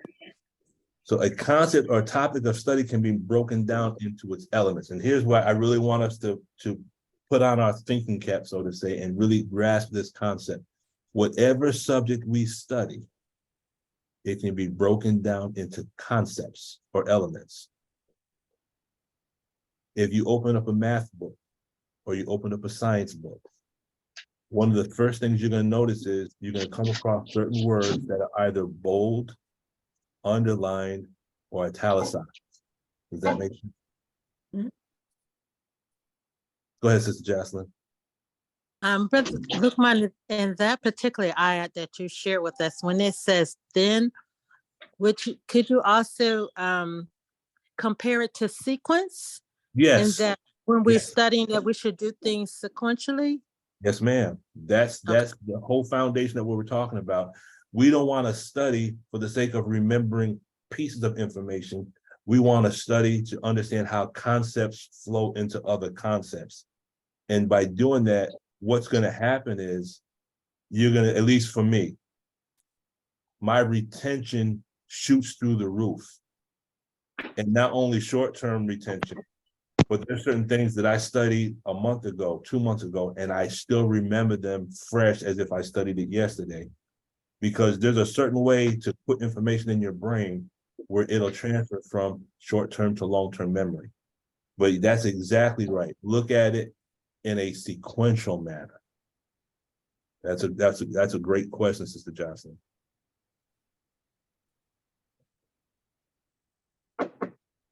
So you take the concept that you're studying, start with the concept, identify the elements. Sister Sultana, go ahead. Oh, yes. So that's reminding me, I went to a school called the Maharishi University of Management in Iowa. And each subject that we studied, we had to always write a paper relating it to the field of intelligence, how it relates to the field of intelligence. So when we had math, we always had to really relate it back to the divine field of intelligence, or the creative field of intelligence. That sounds interesting. And what was the name of that school? The school is called Maharishi University of Management, or MUM. It's in Iowa. It's an Ayurvedic school started by the guru that was here with the Beatles years ago in the 60s. He started the school. So you have to actually incorporate transcendental meditation in your studies. That's not Muktananda, is it? No, no. He's Maharishi. He's Maharishi. Okay. Yeah, but that you had to actually learn the TM, transcendental meditation. It was a part of your grade. You had to actually meditate twice a day, and that meditation was to help you incorporate both sides of your brain as you studied. And you only studied one subject every 4 weeks. One subject 5 days a week for 4 weeks, and then take your final and move on to the next subject. Wow. But you have to relate it. Every subject had to be related to the field of creative intelligence, and you had to write a paper on how it relates. So that Now, was just when you say reminding. compare it to the field of creative intelligence, what do you mean by that? I'm sorry, I couldn't hear you. Were breaking up. When you say related to the field of creative intelligence, can you give us an example of that? Wow. Let's see. So like in my, what class was that? I think it was the math class. I had a geometry for the artist class. And we had to study different artists and study their paintings and their perspectives in the paintings. And then we had to go back and look at the creation and how creative intelligence works to create everything in the universe, and how that really, I can't really give a really strong example right now because it's kind of like distant information in my brain. But So you had to study what's called the Fibonacci sequence then, is that correct? that's not what they called it, but it could be similar. Okay. It's just the mathematical pattern that's in creation. Right. The creative design, the design of creation, basically, yeah. And how your subjects are related to that. You know, each subject is related to the divine creation. That sounds interesting. Thank It's you. very interesting. It was many years ago, but it's like 2006, I think, when I was there. Very interesting. But that just reminded me of that. What you were just saying reminded me of that whole concept of us having to always, each subject had to be pulled back into, you know, relating it to the creation, not just an arbitrary subject that you're just learning facts and figures. You're just oh, go ahead, sorry. I'm sorry, it really did. It helped me retain so much more. I think I've retained more information going to school there than any other school I attended. And that's kind of connected to what the minister has said in Torchlight for America. Place Allah, God, at the center of your education system and relate the subjects to yourself. Because if you can study something and then see yourself in what you're studying and see God in it, then you'll be able to see that every day. I look at equations every day. And it's just the way in which I study. And going back to the meditation, there's sometimes when I'm studying, and L. Ron Hubbard speaks about this too. He says there's a certain time when you're studying, he says, and I'm trying to remember the exact language, he says you have to stop what you're doing because there's a certain point in time when your mind will stop flowing. You know, sometimes you can study for a certain amount of time and then your mind can't go any further. It's like the cup is full and now you got to take a step and away from what you're studying and almost digest what you just studied. Does that make sense? Yes, definitely. And that's the concept of the meditation, taking the meditation out time so that everything starts to fuse together on the other level, not just on the intellectual level. Yes. Because when you're studying, it's like you're filling the left side of your brain. And when you're meditating, you're allowing it to kind of develop over into the right side. The left brain is considered to be masculine and the right brain is feminine. So you're coming in with the left brain and you're expanding it with the right side. Does that make sense? Yes, sir. And we had to do actually test. They would put the stem on our brain, you know, put the cap on your head, have you do certain tasks on the computer, then let you sit for 10, 15 minutes and meditate, and then come back to those tasks and see the improvement in your cognitive ability. Oh, wow. So the concept, a nation can rise no higher than its woman, is actually applicable to the mental level as well, correct? Definitely. Praise be to Allah. So we take your concept, break it down into its elements, break it down into its parts. Then what we do is you want to understand the flow in between the elements. Okay. How is this related to this? How do these two things connect? Then once you do that, you have to understand that the flow from this point to this point is governed by a law or a rule. Does that make sense? Everything in Allah's universe is based on rules and laws. Now, in mathematics, the easy part is there's only 4 operations.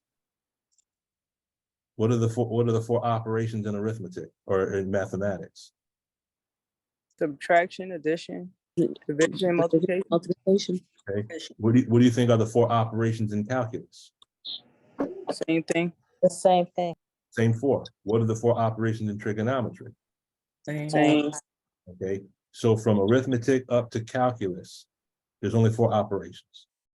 Add, subtract, multiply, and divide. That's all you get on every level of mathematics. But there's different rules. The rules change, and that's what trips us up. Okay. So once you understand the elements and then you understand the rules, what happens is you'll understand the concept. Does that make sense? Yes, sir. Now I'm gonna give you, I think I have one example here based on from the Holy Quran, and then we're gonna see if we can test our theory. This idea of the cycle of action found in the Holy Quran, I actually came across this by going through the study guides. And it's this Surah 87, verse 1 through 3. And I think the minister speaks about this in particular in study guide number 9, our intimate relationship with Rabbil Alameen. And this is where he mentions this. It's Surat al-Ala, the Most High. And it says this, in the name of Allah, the Beneficent, the Merciful. Glorify the name of thy Lord, the Most High, who creates, then makes complete, and who measures, and then guides. Okay, that is a cycle of action. And I'm going to prove it to you, and then we're going to apply it, and then we'll go ahead and land this ship.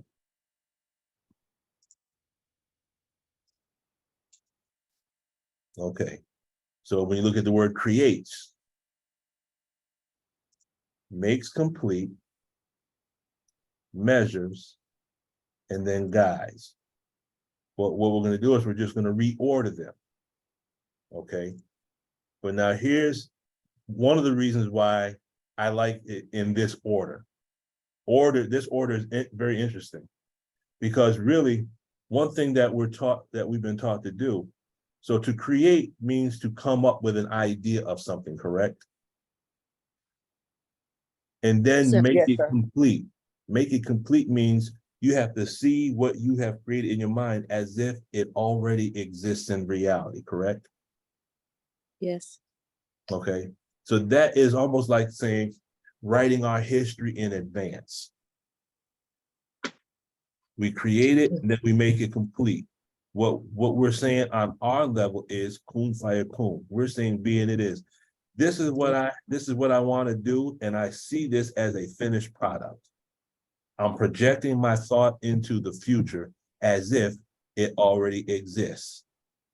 Does that make sense? Is that a postulate? Would that be considered a postulate? That's exactly what a postulate is. Yes, ma'am. Thank you, Sister. Okay. That is It's a considered, I'm sorry, can you say the word again, please? It's considered what? a postulate. A postulate, okay.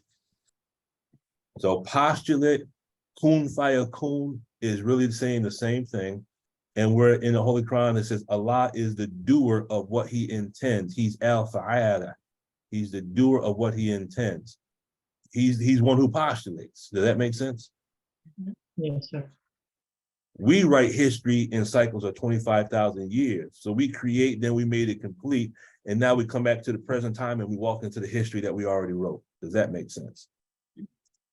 Okay. Yes, sir. That was When deep. if you reorder these to coincide with a cycle of action, then we create, which is your start. The change, start, change, stop. Change is to measure and guide, and then stop means to make complete. Does that make sense? Yes, sir. Okay, which goes to say again, Allah says in the Holy Quran, I've given you a book explaining all things. This includes the science of the mind. The science of the mind is already in the Holy Quran. Otherwise, if the text was not in the Holy Quran, then that ayat would be incorrect. But being that we know that this book, there's no doubt in it. This book has no doubt in it, then we know that ayat, anything that deals with truth is already in the Holy Quran, so we have to include the text of Dianetics. Does that make sense? Yes. Okay. So we're going to break down each element real quick in Arabic and see what else it brings us to with regards to the text. If you look at the word create, that word is khalik, to invent, to make, or to originate. Okay. It also means to invent, to devise, to think up, or to contrive. Physiognomy. What does physiognomy mean? It means the art of discovering temperament and character from outward appearances. In the Holy Quran, it says, and you will know them by their marks. That's Surah 47, ayat 30. But now here's a real interesting word that comes up under the word khalik, and that is the word ethics. What is the importance of this word ethics being connected to the start of a cycle of action? Anyone?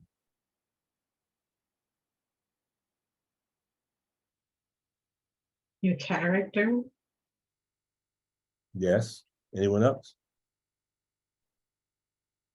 There is no wrong answer, so it doesn't. Would it be your intention?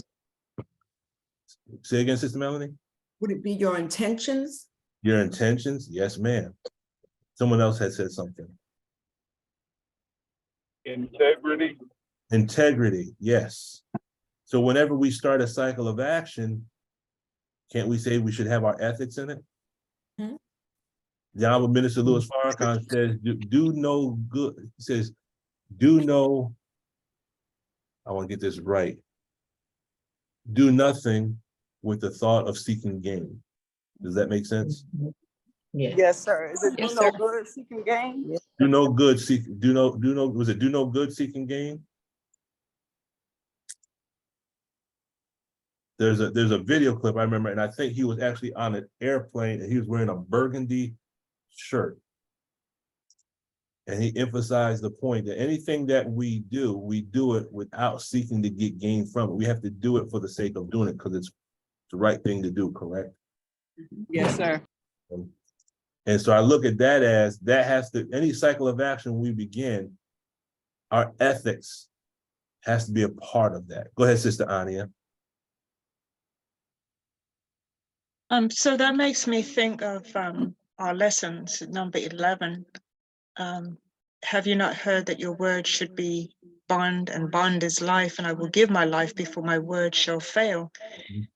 Because when we make the postulate to do anything, and we start that cycle of action, and when we don't complete it, we have not kept our word to ourselves.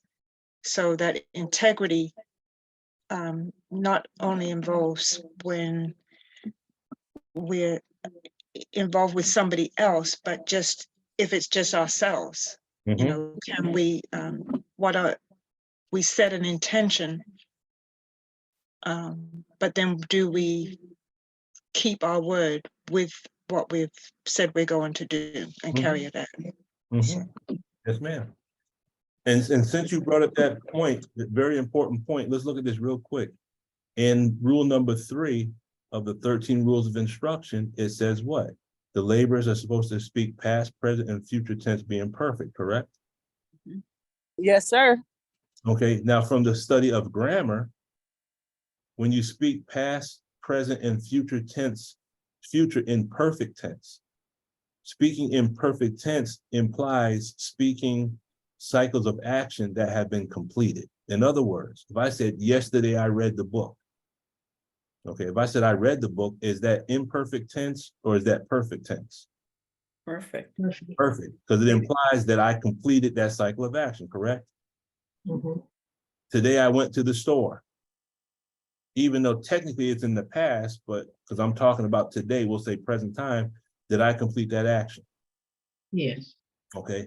If I said tomorrow I'm going to wash the car. I'm speaking, even though it hasn't happened, I'm speaking as if what I said is going to be done. So I'm speaking future perfect tense, correct? Okay. So speaking past, present. So if I speak past perfect tense, I'm really talking about how I made my word bond based on something I've already done, correct? Mm.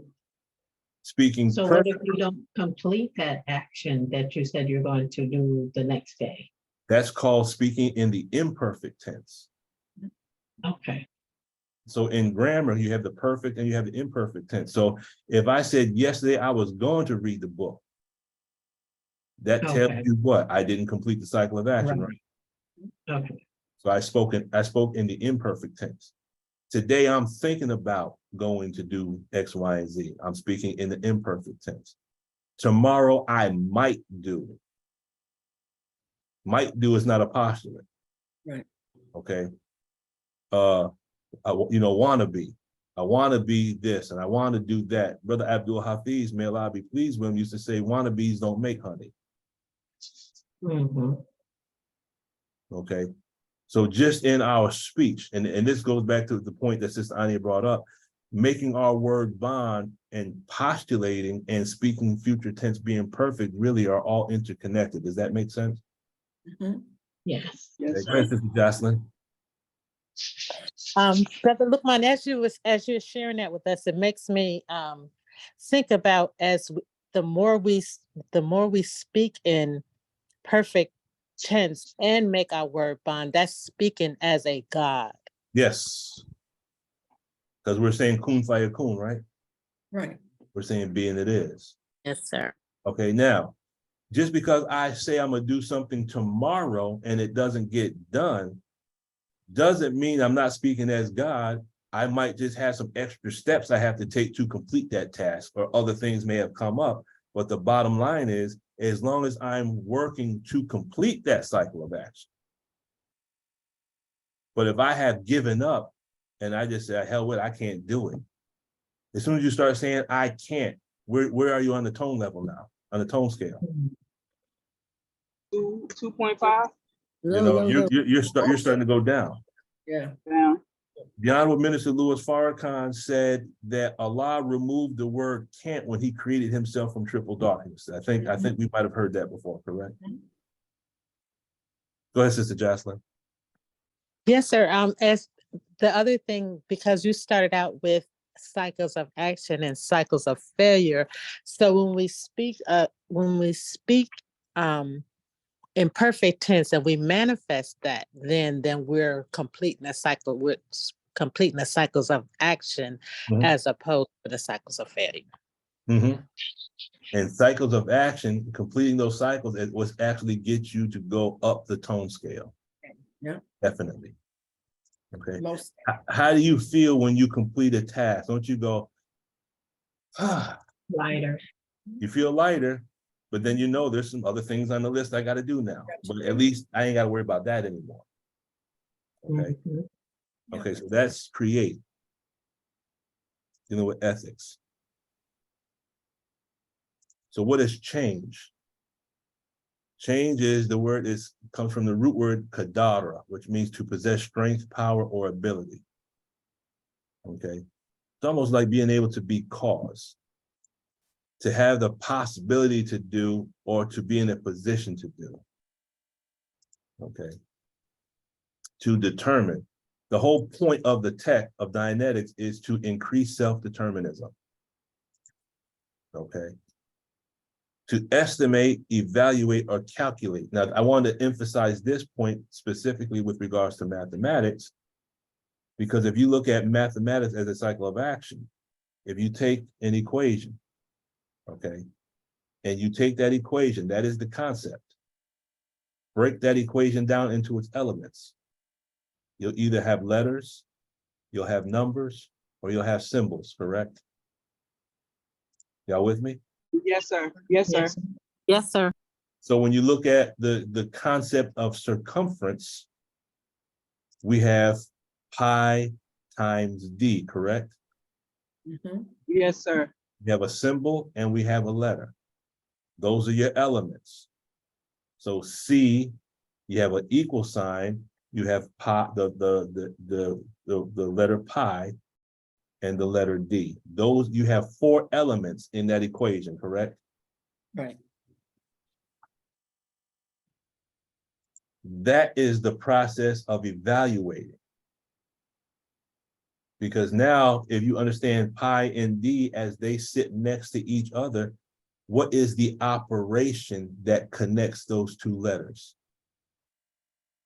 Multiplication. It's multiplication. So now you understand the flow.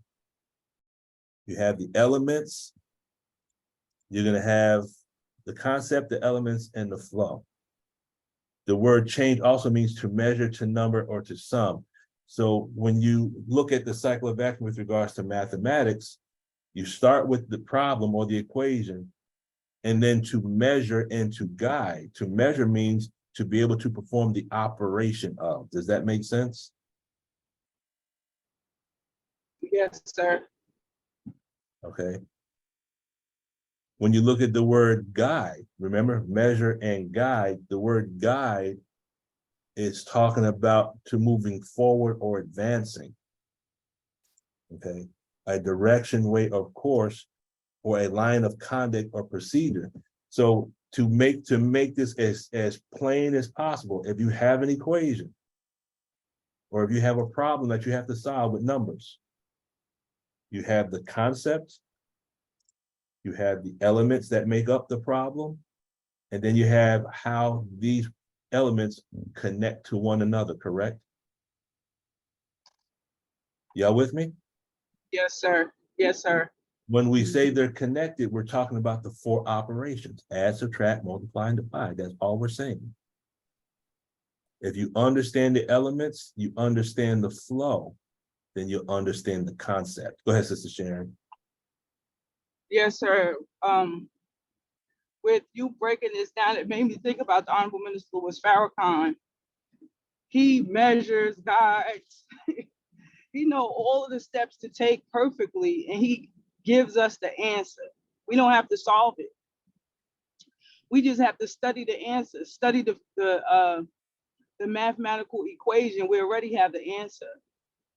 So it's just doing the work, studying what it is that we're given by the Honorable Minister Louis Farrakhan.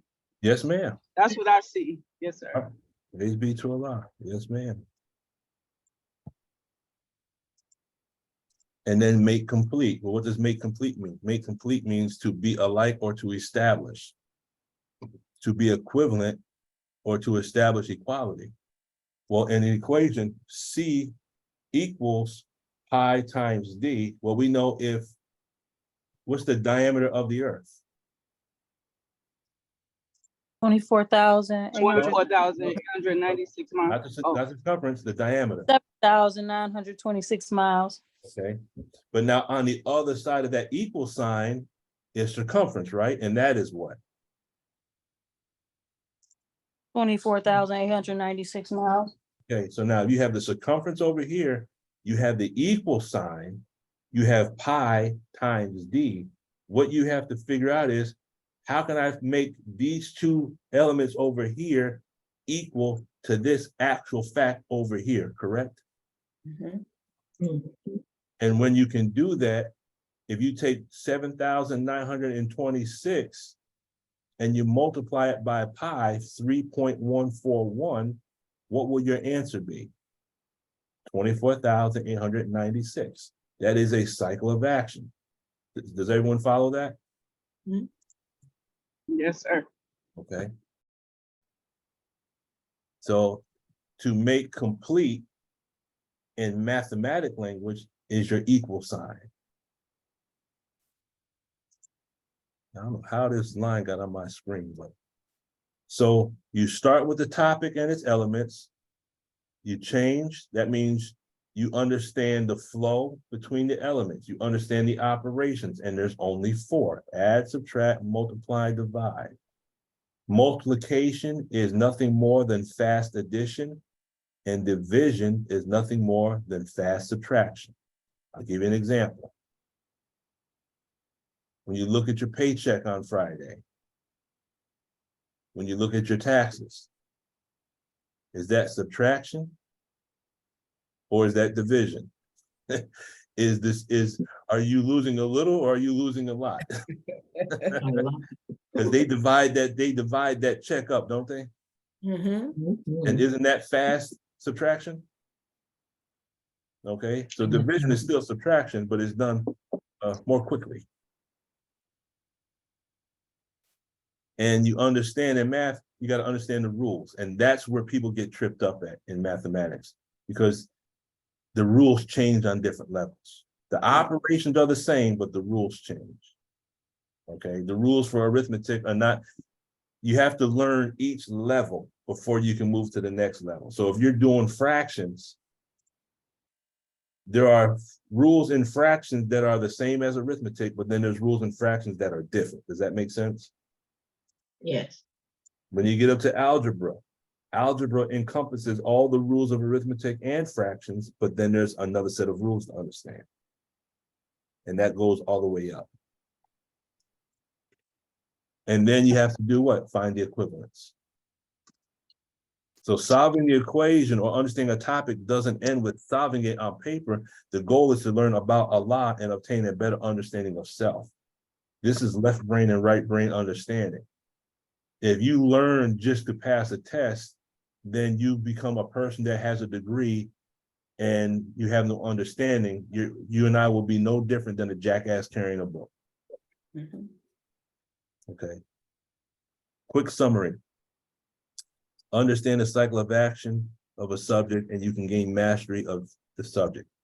You have the ability to master anything you apply your mind to. You just have to be taught how to do it in an organized fashion. And that way is not based on the educational system of this world, because their job is to make us all good workers so we can work and make someone else rich. Our lesson says, sit yourself in heaven at once. That makes sense. Okay. Now that one cycle of action that's in the Holy Quran, there's many cycles of action in the Holy Quran. Subjects can be broken down into elements, flows, relationships, and solutions. Okay. Again, anything you choose to master, you can do it. You just have to, you have to apply yourself. Now, does anyone have any examples, anything that they brought to the meeting today that they either don't understand or they have a difficulty in understanding, and we can use that as an example to apply what we just learned to make it understandable? Does anyone have anything they have difficulty with? Math, science, physics, biology, chemistry, it doesn't matter. If I can remember it and if we can do it, then we'll make it happen.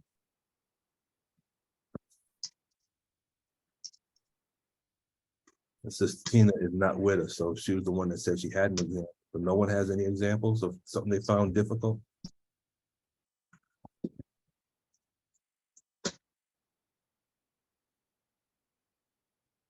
All right. I'm sorry. How about in learning languages, like wanting to learn another language? Okay, so give an example of something that you find that might be difficult.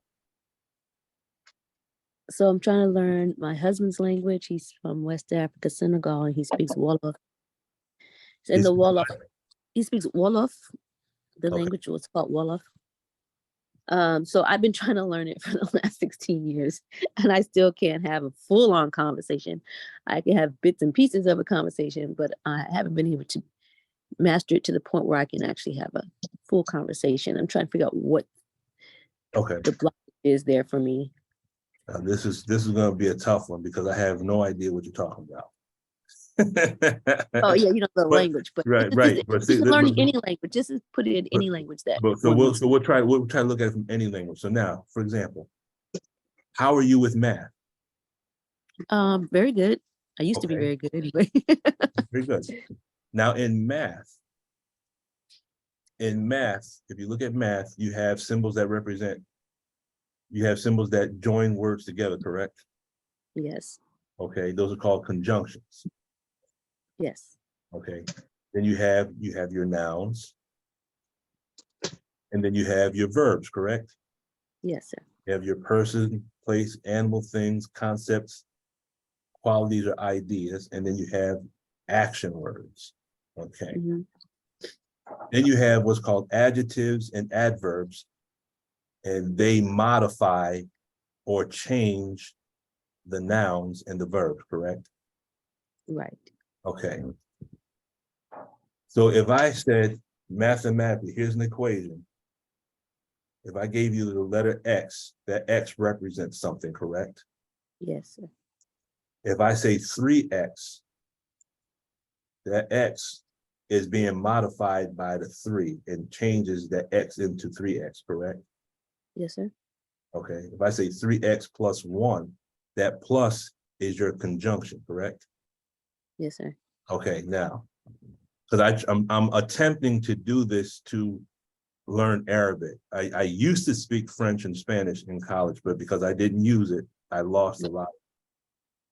If you take that language you're trying to learn, and if you can identify the pattern Mhm. of how, take a basic sentence. For example, in English, we say the blue car.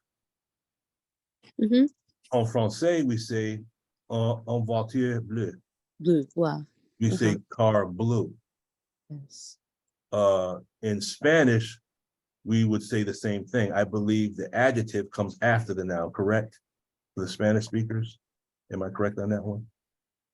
Sí, señor. See, okay. So there's a pattern. So now in the language that you're studying, can you identify the words that represent the nouns? Yes. Okay, Yeah. is there a certain pattern with regards to what's called when you're dealing with the pattern, you're dealing with linguistics, there's a certain pattern that's used to communicate in that language, correct? Yes. Okay, are there certain words that represent verbs? Right. Yes. Okay, and is there a certain pattern or order in which they're placed into a sentence? Yes. That's the part I'm trying to remember. When, yes, that's the part I've been struggling trying to remember. Putting the verb before the noun, which would be opposite what I would say in English, and then in my mind I have to switch it around. Say no, you have to. So say in the that verb. language, the verb comes before the noun? It's a lot of times, yes, most of the times. Okay. So now if you take what you're studying and you look at it as an equation, Mm-hmm.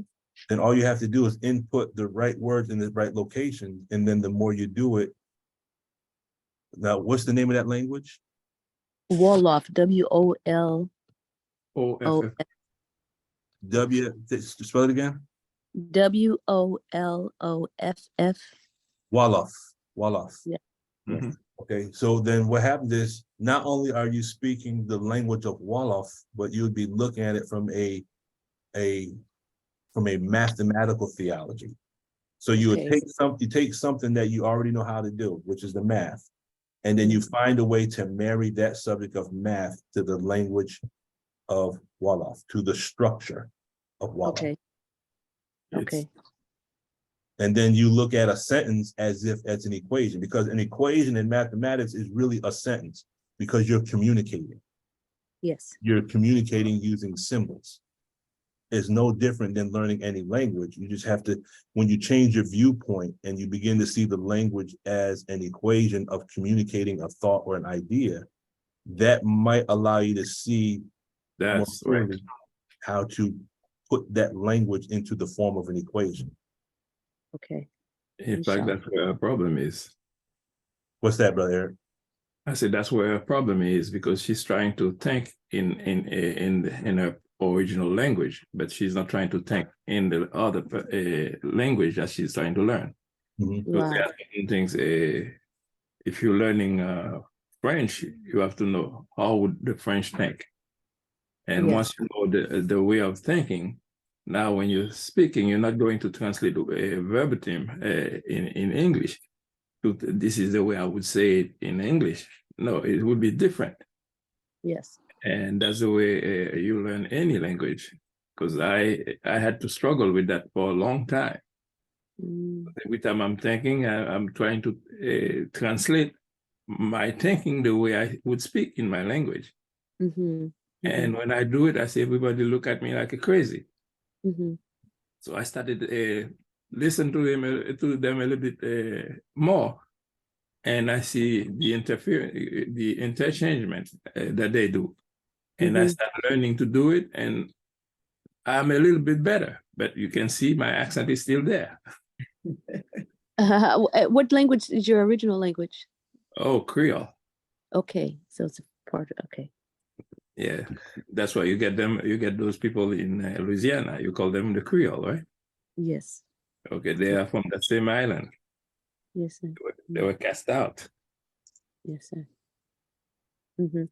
Thank you so much. That was very helpful. Thank you. So does that kind of give you a better way of looking at Wolof? Yes, sir. It does. Gives me another way to focus on retaining.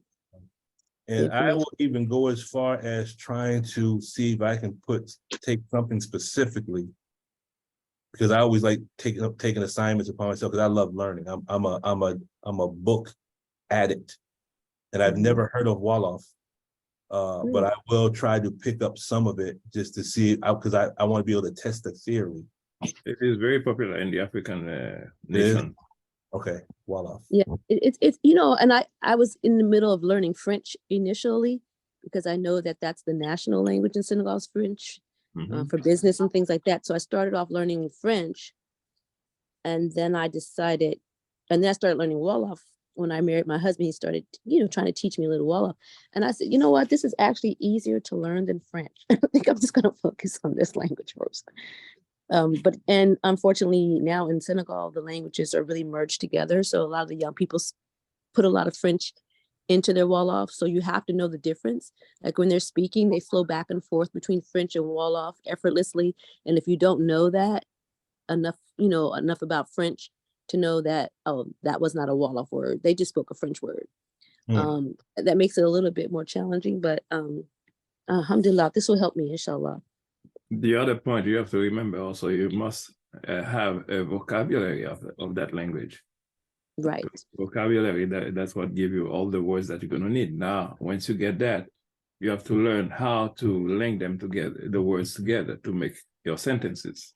Right, conjugating the verbs. Yes, ma'am. Alhamdulillah. Shukran, thank you. Yeah. Yes, Sister Ania.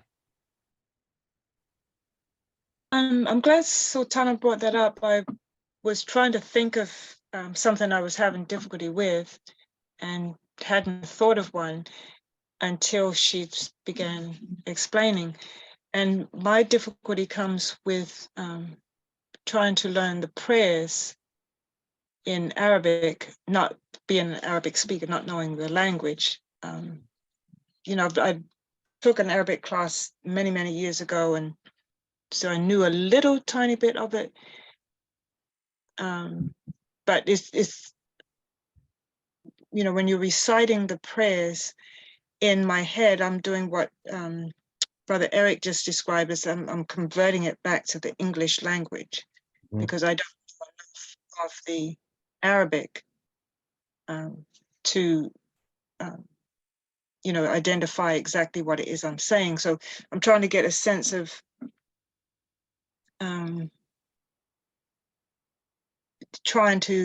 I guess because I'm not able to think in Arabic because my thinking constantly goes back to the English because that's my language that that I know from birth. Well, one of the ways I would apply to that would be like this. Like say, for example, you start off with one of the smallest surahs. And I think that's the time, Surah Al-Asr, I think it is. By the time truly man is a loss. Yes. And take it word by word. You can use, are you familiar with that? The website that I shared with everyone that gives you the word by word breakdown of everything in the Holy Quran? Yes, sir. Oh, sir. Who said no? But the Sultana. Oh, no, I'll show this real quick. This will be very fast. This is what I use on a regular basis every day. Okay.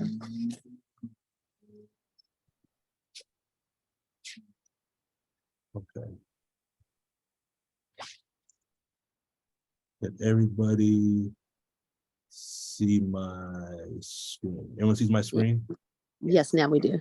Okay, it's called the Quranic corpus. Okay, and where you see word by word, you click this, it gives you word by word. So then here it says surah and verse. So Sister Anya, give me a surah and a verse that you would like to learn. I guess the time would be one, because I know I can recite in Arabic. I can recite part of the prayer. I want to learn the whole, prayer. You mean Surah Fatiha? You mean the first surah? Well, no, I'm saying the whole rakats, to be able to do the whole thing. So I'm part of the way there. I can do Al-Fatiha. I can say Surah 112, 13, and 14 in Arabic. But I'm trying I'm pretty good with 13 and 14 in terms of knowing, but again, I'm still converting it back to the English so I know what I'm saying. Struggling a little bit with 112. Okay. So I guess we could do 113. I mean, the time, we could do that 103. So 103, you hit go, and then here's where it'll pull up. So this gives you the location, this is the word, and here's the translation. While as is how we'll say as. Here's the Arabic letter. So the first thing you want to do, Sister Ania, if you don't already know, make sure you know the Arabic alphabet. Okay, because you have what's called your consonants, and then you have your vowels, your hamza, your kasra, and your thumma. Yes, I had to refresh on the alphabet. I did know it at one point. So it's still there. It's still there. So when you look over here, the red, this right here is wa. This is the W, and this in the line above, that's the A. So wa. That's what's called a prefixed preposition. Prefixed preposition means they take the preposition and they actually connect it to the word. Okay. The blue, you said where it says N, that's your noun. Go word by word. And then when you go to here, if you hit this blue, it brings you to the actual Arabic letters. Ain, Sod, and Ra. These are the 3 Arabic letters. Okay. Now, why is that important? Because if you take this and if you write this down while as, and you do this word by word, at least this is how I do it. By the time I finish one verse, I write down the word, and then I actually will clear that word in Arabic. By the time I complete across, then I can say that in Arabic. That's how I memorized Suratul, was it 113? Class Nas. 114 is El Nas, and then 113 is, I think that is Ikhlas. Falak, Ikhlas. Ikhlas. And Falak, Ikhlas is Falak, Ikhlas, and Nas. Falak, Ikhlas, Nas. That's how I memorized. No, that's how I memorized Surah 113. So the Falak. So it says, Bismillah ar-Rahman ar-Rahim. Alhamdulillahi Rabbil Alamin. Oh, wait. Oh, no, they didn't give me my verses here. Okay. Kul a'udhu birabbil falaq. I wrote that down. Kul a'udhu birabbil falaq. Min sharri ma khalaq. Another thing to do is, if you take that surah, okay, so we'll take surah 103. If you go here,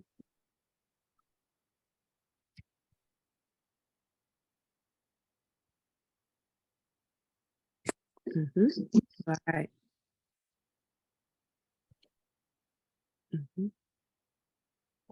now I like Mishari al-Athasi. Yes.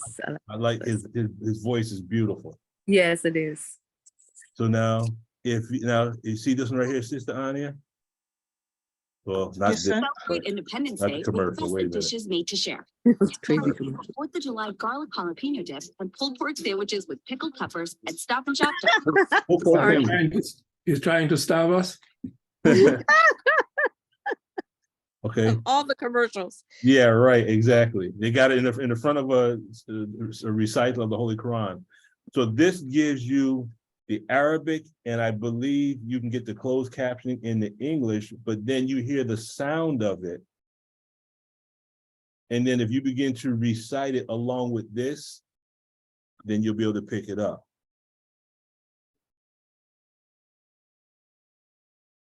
بسم الله الرحمن الرحيم والعصر إن الإنسان لفي خسر إلا الذين آمنوا وعملوا الصالحات وتواصوا بالحق وتواصوا بالصبر. So just find up, and then you have the download you can bring to your phone. You can listen to it on your phone.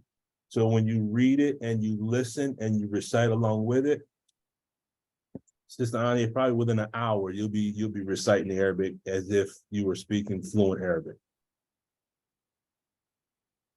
You just have to find your with all these tools, you have to find the method in which your brain best operates, the optimum level of your brain, and you'll find that spot that allows you to remember increased information with the least amount of time. Does that make sense? Yes, sir. So I guess again, as Brother Eric said, is the vocabulary is knowing, just starting off with basic things. Well, can I like when they teach you, like just for like when you're learning English, they give you the actual object and give you the word. So you equate when you see that object, you think of that word. You're using both sides of the brain. Yes, sir. The left side is dealing with the word, but the right side is dealing with the object. So you're actually putting information into the masculine and the feminine side at the same time, and you're drawing an equivalent between the word and the object. So what's the way to do that with when it's not an object but a concept? Produce a demo. Can you give an example? Patience. Okay, what is patience?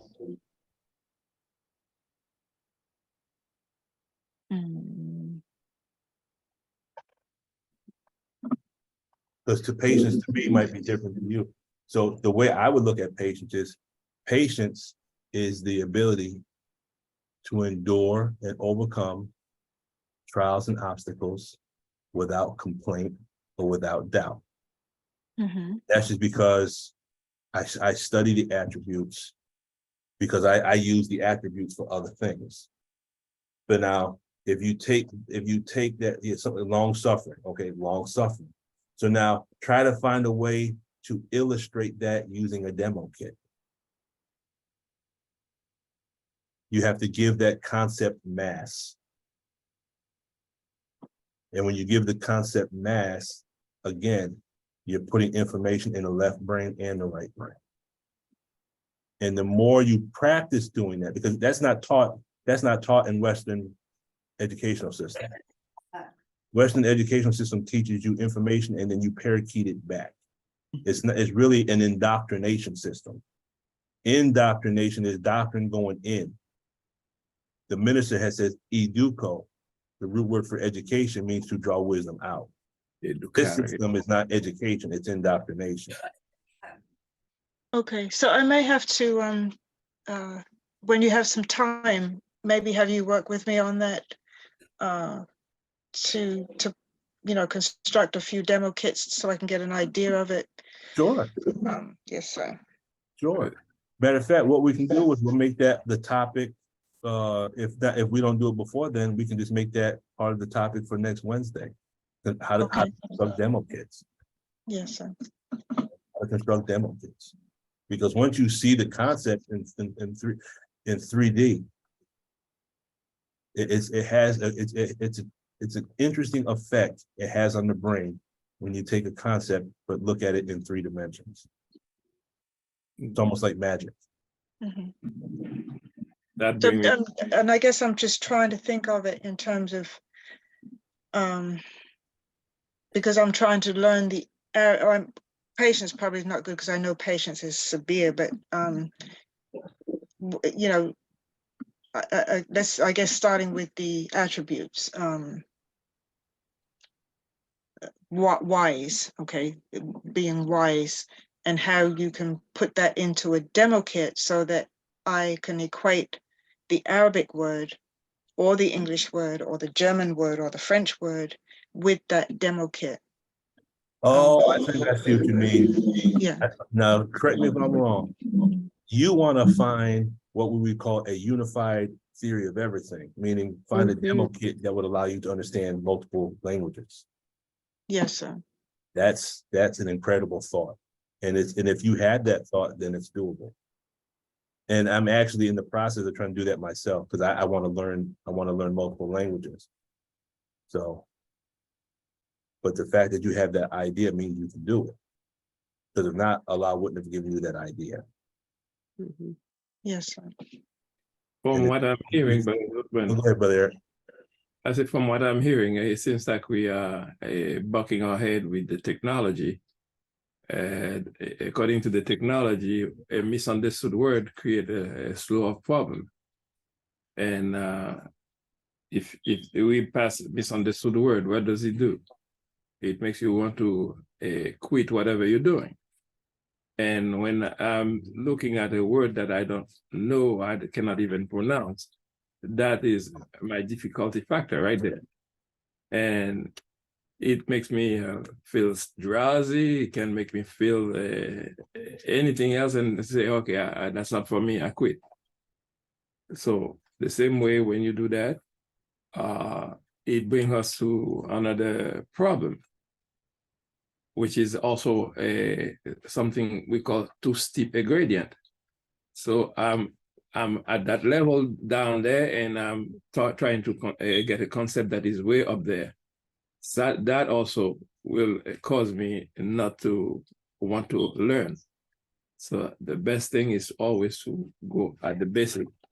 So learn the word, and from that, make sure that we understand the word, and everything else will be okay. Because I'm reciting those prayers in Arabic, and the other time I get to them, I say, well, I don't understand the words, but I know that what follows each other, so I keep doing it. Because I know that's the surah that I'm reciting.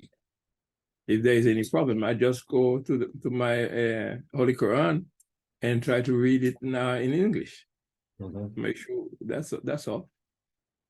But also, if you want to go even deeper to the elements than the word, number one thing is understand the alphabet.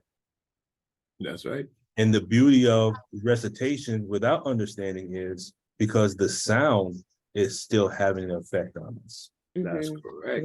Right, the vibration of the sound. Vibrational sound. That's why there's a reason why the roof of the mouth is the closest area outside the body, technically, that's closest to the pineal gland. And in that pineal gland, there are crystals. And when sound goes through the roof of the mouth and hits that pineal gland, it does cause those crystals to vibrate. So the Arabic language, there's a reason why the recitation has the effect on us that it does. We don't understand what's being said, but it has an effect on us, does it? It does. Okay. And then when you understand what's being said, that's just extra frosting on the cake now, because now you get the feeling of what it's saying and you know what's being said. And that's why you'll see some people, the eyes will tear up. If a person's a real good, can recite real, oh man, it brings tears to you. It's a beautiful thing. I bear witness to that, yes. Because it's resonating, it's vibrating that center. Yes. The soul, yeah. It's vibrating that that chakra, as you can call it, that chakra. When I was in the school, I had to learn Sanskrit, and they say Sanskrit is not a language. They say Sanskrit is the sound vibration emanating from God that creates everything. Ooh, gotta write that down. Sanskrit. Yeah, Sanskrit, and they say it's not a language. It's considered the vibrational sounds that come from the Creator that creates everything. It says everything from Ah to Ka. Everything is created between Ah and Ka. That's what they say in Sanskrit. And I said, everything is created between Ah and Ka, as in Ak, Akbar. You know, and it just hit me. I was like, that's very interesting. The vibration of the sound, and that Sanskrit hits all of the palate. You have to be able to use your whole palate of your mouth to pronounce the letters, to pronounce the sounds, and not letters, pronounce the sounds. And those sounds that come from deep back in the throat, like you said, those deep back in the throat sounds are the ones that really vibrate the pineal gland, because they're furthest back in the throat, like ayin and gayin in Arabic, ayin, gayin. And when I'm reading Arabic and I look at, you know, when you're trying to really pronounce it properly, like you said, I listen to recitation and follow and try to actually imitate the actual sound. Those ayin and gayins, I always feel something deeper when I say a word that starts with ayin and gayin. It's a deeper resonance to it. This reminds me of when I came upon the name that the Arabic word name that I'm using by Allah's permission. It had various meanings that resonated with me, but I also found it in a deeper text that had to do with some words evolved, that a set of words that have to do with the creation. And that's why one of the reasons why I chose that particular spelling that I'm using as well. Because that was the word that dealt with creation, or an aspect of creation. And so when I hear the conversation that I had with Brother Imam Sultan on how to pronounce the name, it's something about the way he says it, because he does, you know, it's that back in the throat guttural sound that he puts in the name, which I guess until you really learn Arabic properly, you would not be able to say the word properly. But it's a very strong vibration every time I hear him say it correctly, as you know, as it's supposed to be sounded. It has such a it resonates so deeply inside of me when I hear him say that word correctly, because it's coming from way in the back of his throat. And so yes, it's very deep, Sultana. Thank you. You have an ayin. You have an ayin in the study. You have Anya. It's like a Aisha. Some people just say Aisha, but it's Aisha because there's an ayin over the and the A is an ayin, so it's Aisha, not just Aisha.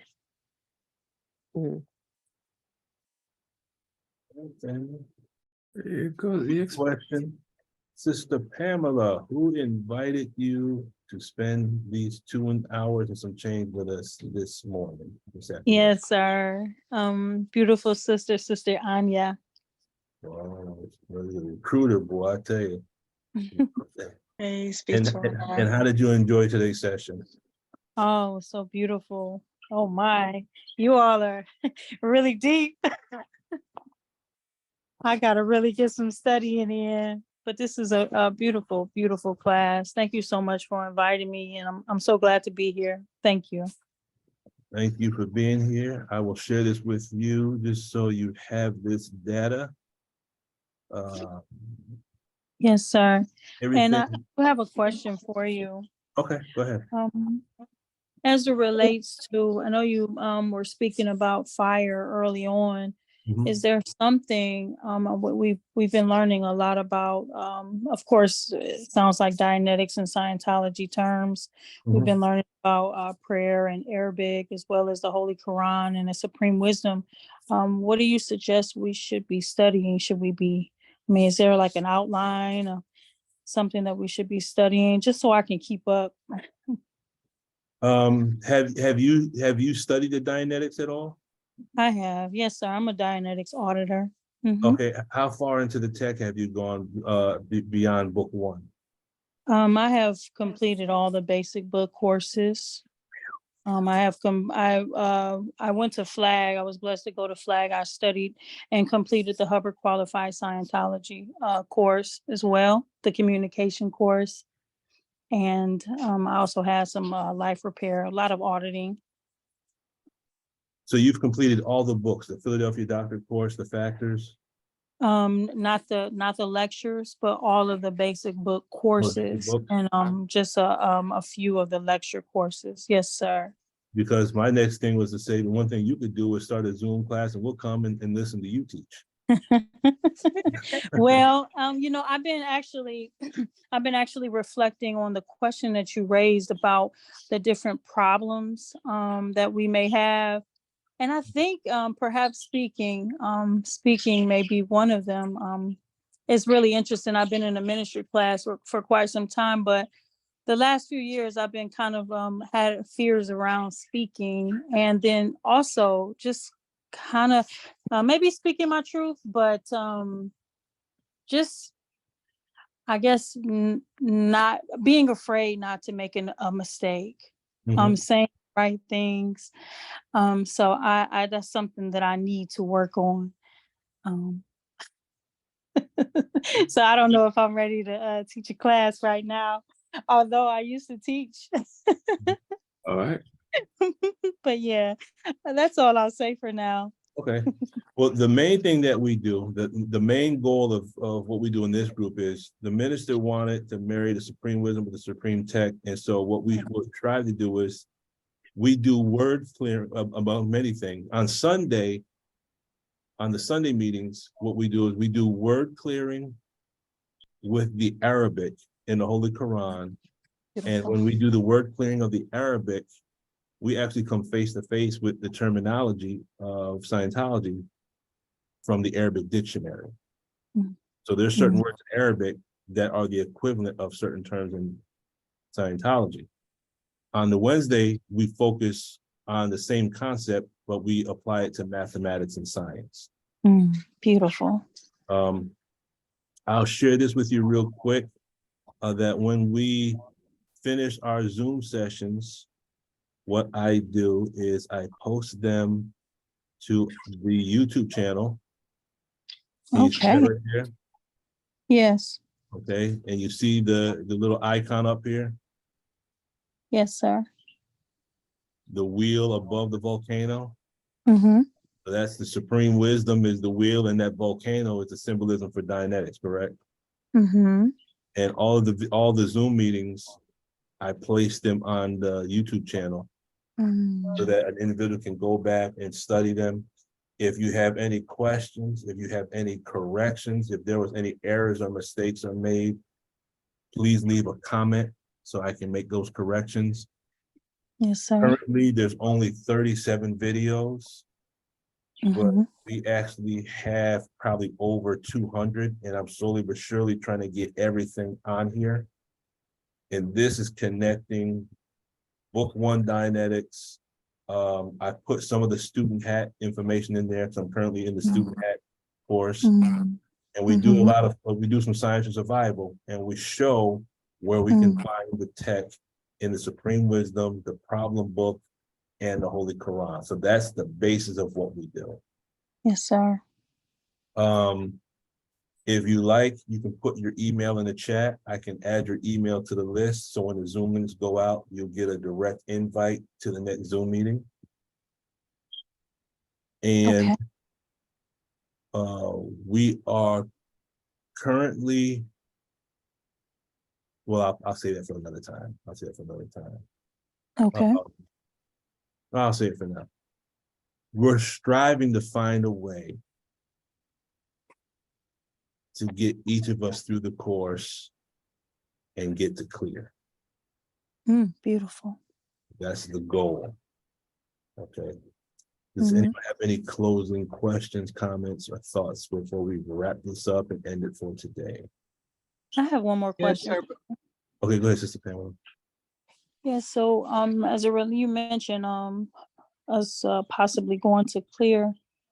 Do you ever or do we ever do? I know that you can't necessarily do book one Dianetics over a Zoom meeting, but do you all have things that we can do? I'm not sure if it's just pleasure moments or straight wire or different techniques to help us in that process of going clear, or is this just the study, the side of the bridge where we're doing the actual studying and clearing words? Eventually in the near future, we'll have, because I know before we had, I know Brother Scott, his schedule is crazy right now, but he was doing the self-analysis. We had Brother Batim, may Allah be pleased, was doing that.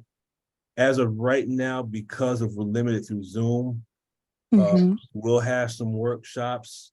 We just met with 2 OT8s on Friday. And we're going to strive to get them to come back to go deeper into the technique of applying straight wire and pleasure moments. Yes, sir. Brother Robin, to my understanding, used this on a regular basis. So any individual that actually uses the technology on a regular basis, I'm going to ask them to come and show the rest of us what works, how it works, and why it works, so we can be using on one another. Eventually, we want to get something in place where if it's not being offered in the study groups of the mosque, we got to find a way to get the auditing back up and running. And I'll say one last piece on that note. And Brother Robin, who brought this point up, the symbol for a class 4 auditor is a lion coming out of a cage. That's the pin they wear, a lion coming out of a cage. That's problem number 31, correct? And he made this statement, and this was based on a statement that the minister made when we had the laborers meeting back in 2007, I believe it was. He spoke about bees making honey in the carcass of a lion. Does that make sense? And the way Brother Robin brought it up to us, he said, bees making honey in the carcass of a lion is like a metaphor to represent, we have to go back and get all of those auditors, all the gold seal auditors, and all those that started the process of book 1 and didn't complete it. We got to go back and get those sleeping lions and begin to make honey in the nation. Yes, sir. So there's other things that are in place right now. There are other things that are forming in the darkness. And as they come into fruition, we'll bring that information to the believers so that we can get further up this tone scale and get out of our attitude. Yes, sir. There are things that are brewing in the background. In the earlier, I heard we talk about ethics and integrity. We have to be honest with ourselves. There are words in that technology that we don't fully understand. And mostly when we're talking about a science like this, that's going to deal with the mind of an individual, we have to be very careful. So now, yes, all the auditors fell out because exactly they wanted to finish a course just to go and meet and give a handshake to the minister. And we did it, but after that, everybody fall out, because when it comes to put it into application, it is difficult because we don't remember the words, because the words is not a matter of knowing what it means, how to apply it. Okay. And as to doing a session over the telephone, over Zoom, that is a no-go, because the auditor is the one in charge of a session. And if the person is away from you, you cannot give any comment that can be really accepted by the pre-clear. Because if you decide not to do your command, there is nothing you can do about that. So therefore, that session is null and void. Because you have to see the person right in front of you. And when you are observing the person, to know if he is really observing the command. Because if he's there with you, if he's not observing, you know to repeat the question until he does what you ask him to do. But over the phone and over Zoom, you cannot force that on him. He will say later for you, or he can even hang up on you. And what else? You see? And that's what L1 but say, when you do those things, I forget the word that is used for that. My mind is not there yet. So there is a word that's to show that you are really temper with the program, and that's a no-go, because it's like saying you representing the Most Honorable Elijah Muhammad and talking about everybody else and not him. Right? So we have to be very careful, because if we want to be really the true helpers in the cause of Allah, so we have to learn the process together with all the ethics that we can. And now when we call each other in a room together, so now we can do the work more efficiently. And that's all I can say on that. So thank you, Brother Eric. Sister Sharon, Sister Anya, and then we will close out. Yes, sir. Brother Eric just hit on what I was going to mention about clearing the words. When we don't understand words, especially with the Dianetic tech, we have what you call a blow, where we just, put the tech down or put the books down and don't revisit it because of the misunderstanding. So if we could pull out the key words and really parse those and clear those words and really understand that, and those of us who aren't on the course revisit the course, I think we'll be better able to stay with it to complete the cycle of action instead of putting it down. And I'm saying that because for me, I think it was last week, I had to submit to, okay, I know how to read, know how to pronounce words, but do I really understand? So I had to sit down with one of the supervisors. She pulled out some of the key words, thank Allah much. I knew how to use the words, understood the words, but there was some that I didn't, maybe 4. So that was causing what you would call, what you mentioned earlier, something like a ridge. So once I cleared the words and went back to reread what I went over, I understood better. So that raised my tone back up. And there's another course, it's called Learning How to Learn. So, if some of us want to even look at that to help us along the way, I think that will work. But the key words, some of the key words, I could give those to you, but we use those keywords now, but I think fully understanding what they mean. Like, for an example, the engram, the lock, and the key in or restimulator. That's used a lot. And to really understand that, those words would be of a great help. That's what I see for myself. So it may not be someone else's case, but the key words is very important. Yes, ma'am. Most Yes, definitely. sir. Sister Anya. Oh, I just wanted to say, because there was a couple of people that had texted me to say that they weren't getting the email. So, just put your, as Brother Lukman said earlier, put your email information in the chat so that he can add you to the notification list.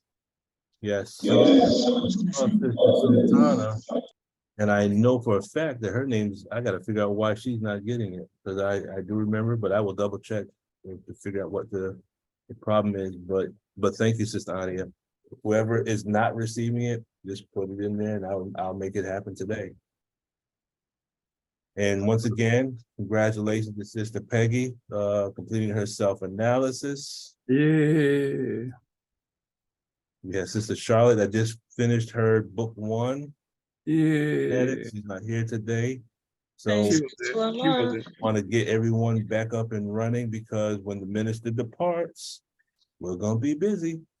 And we need to be busy on one another. So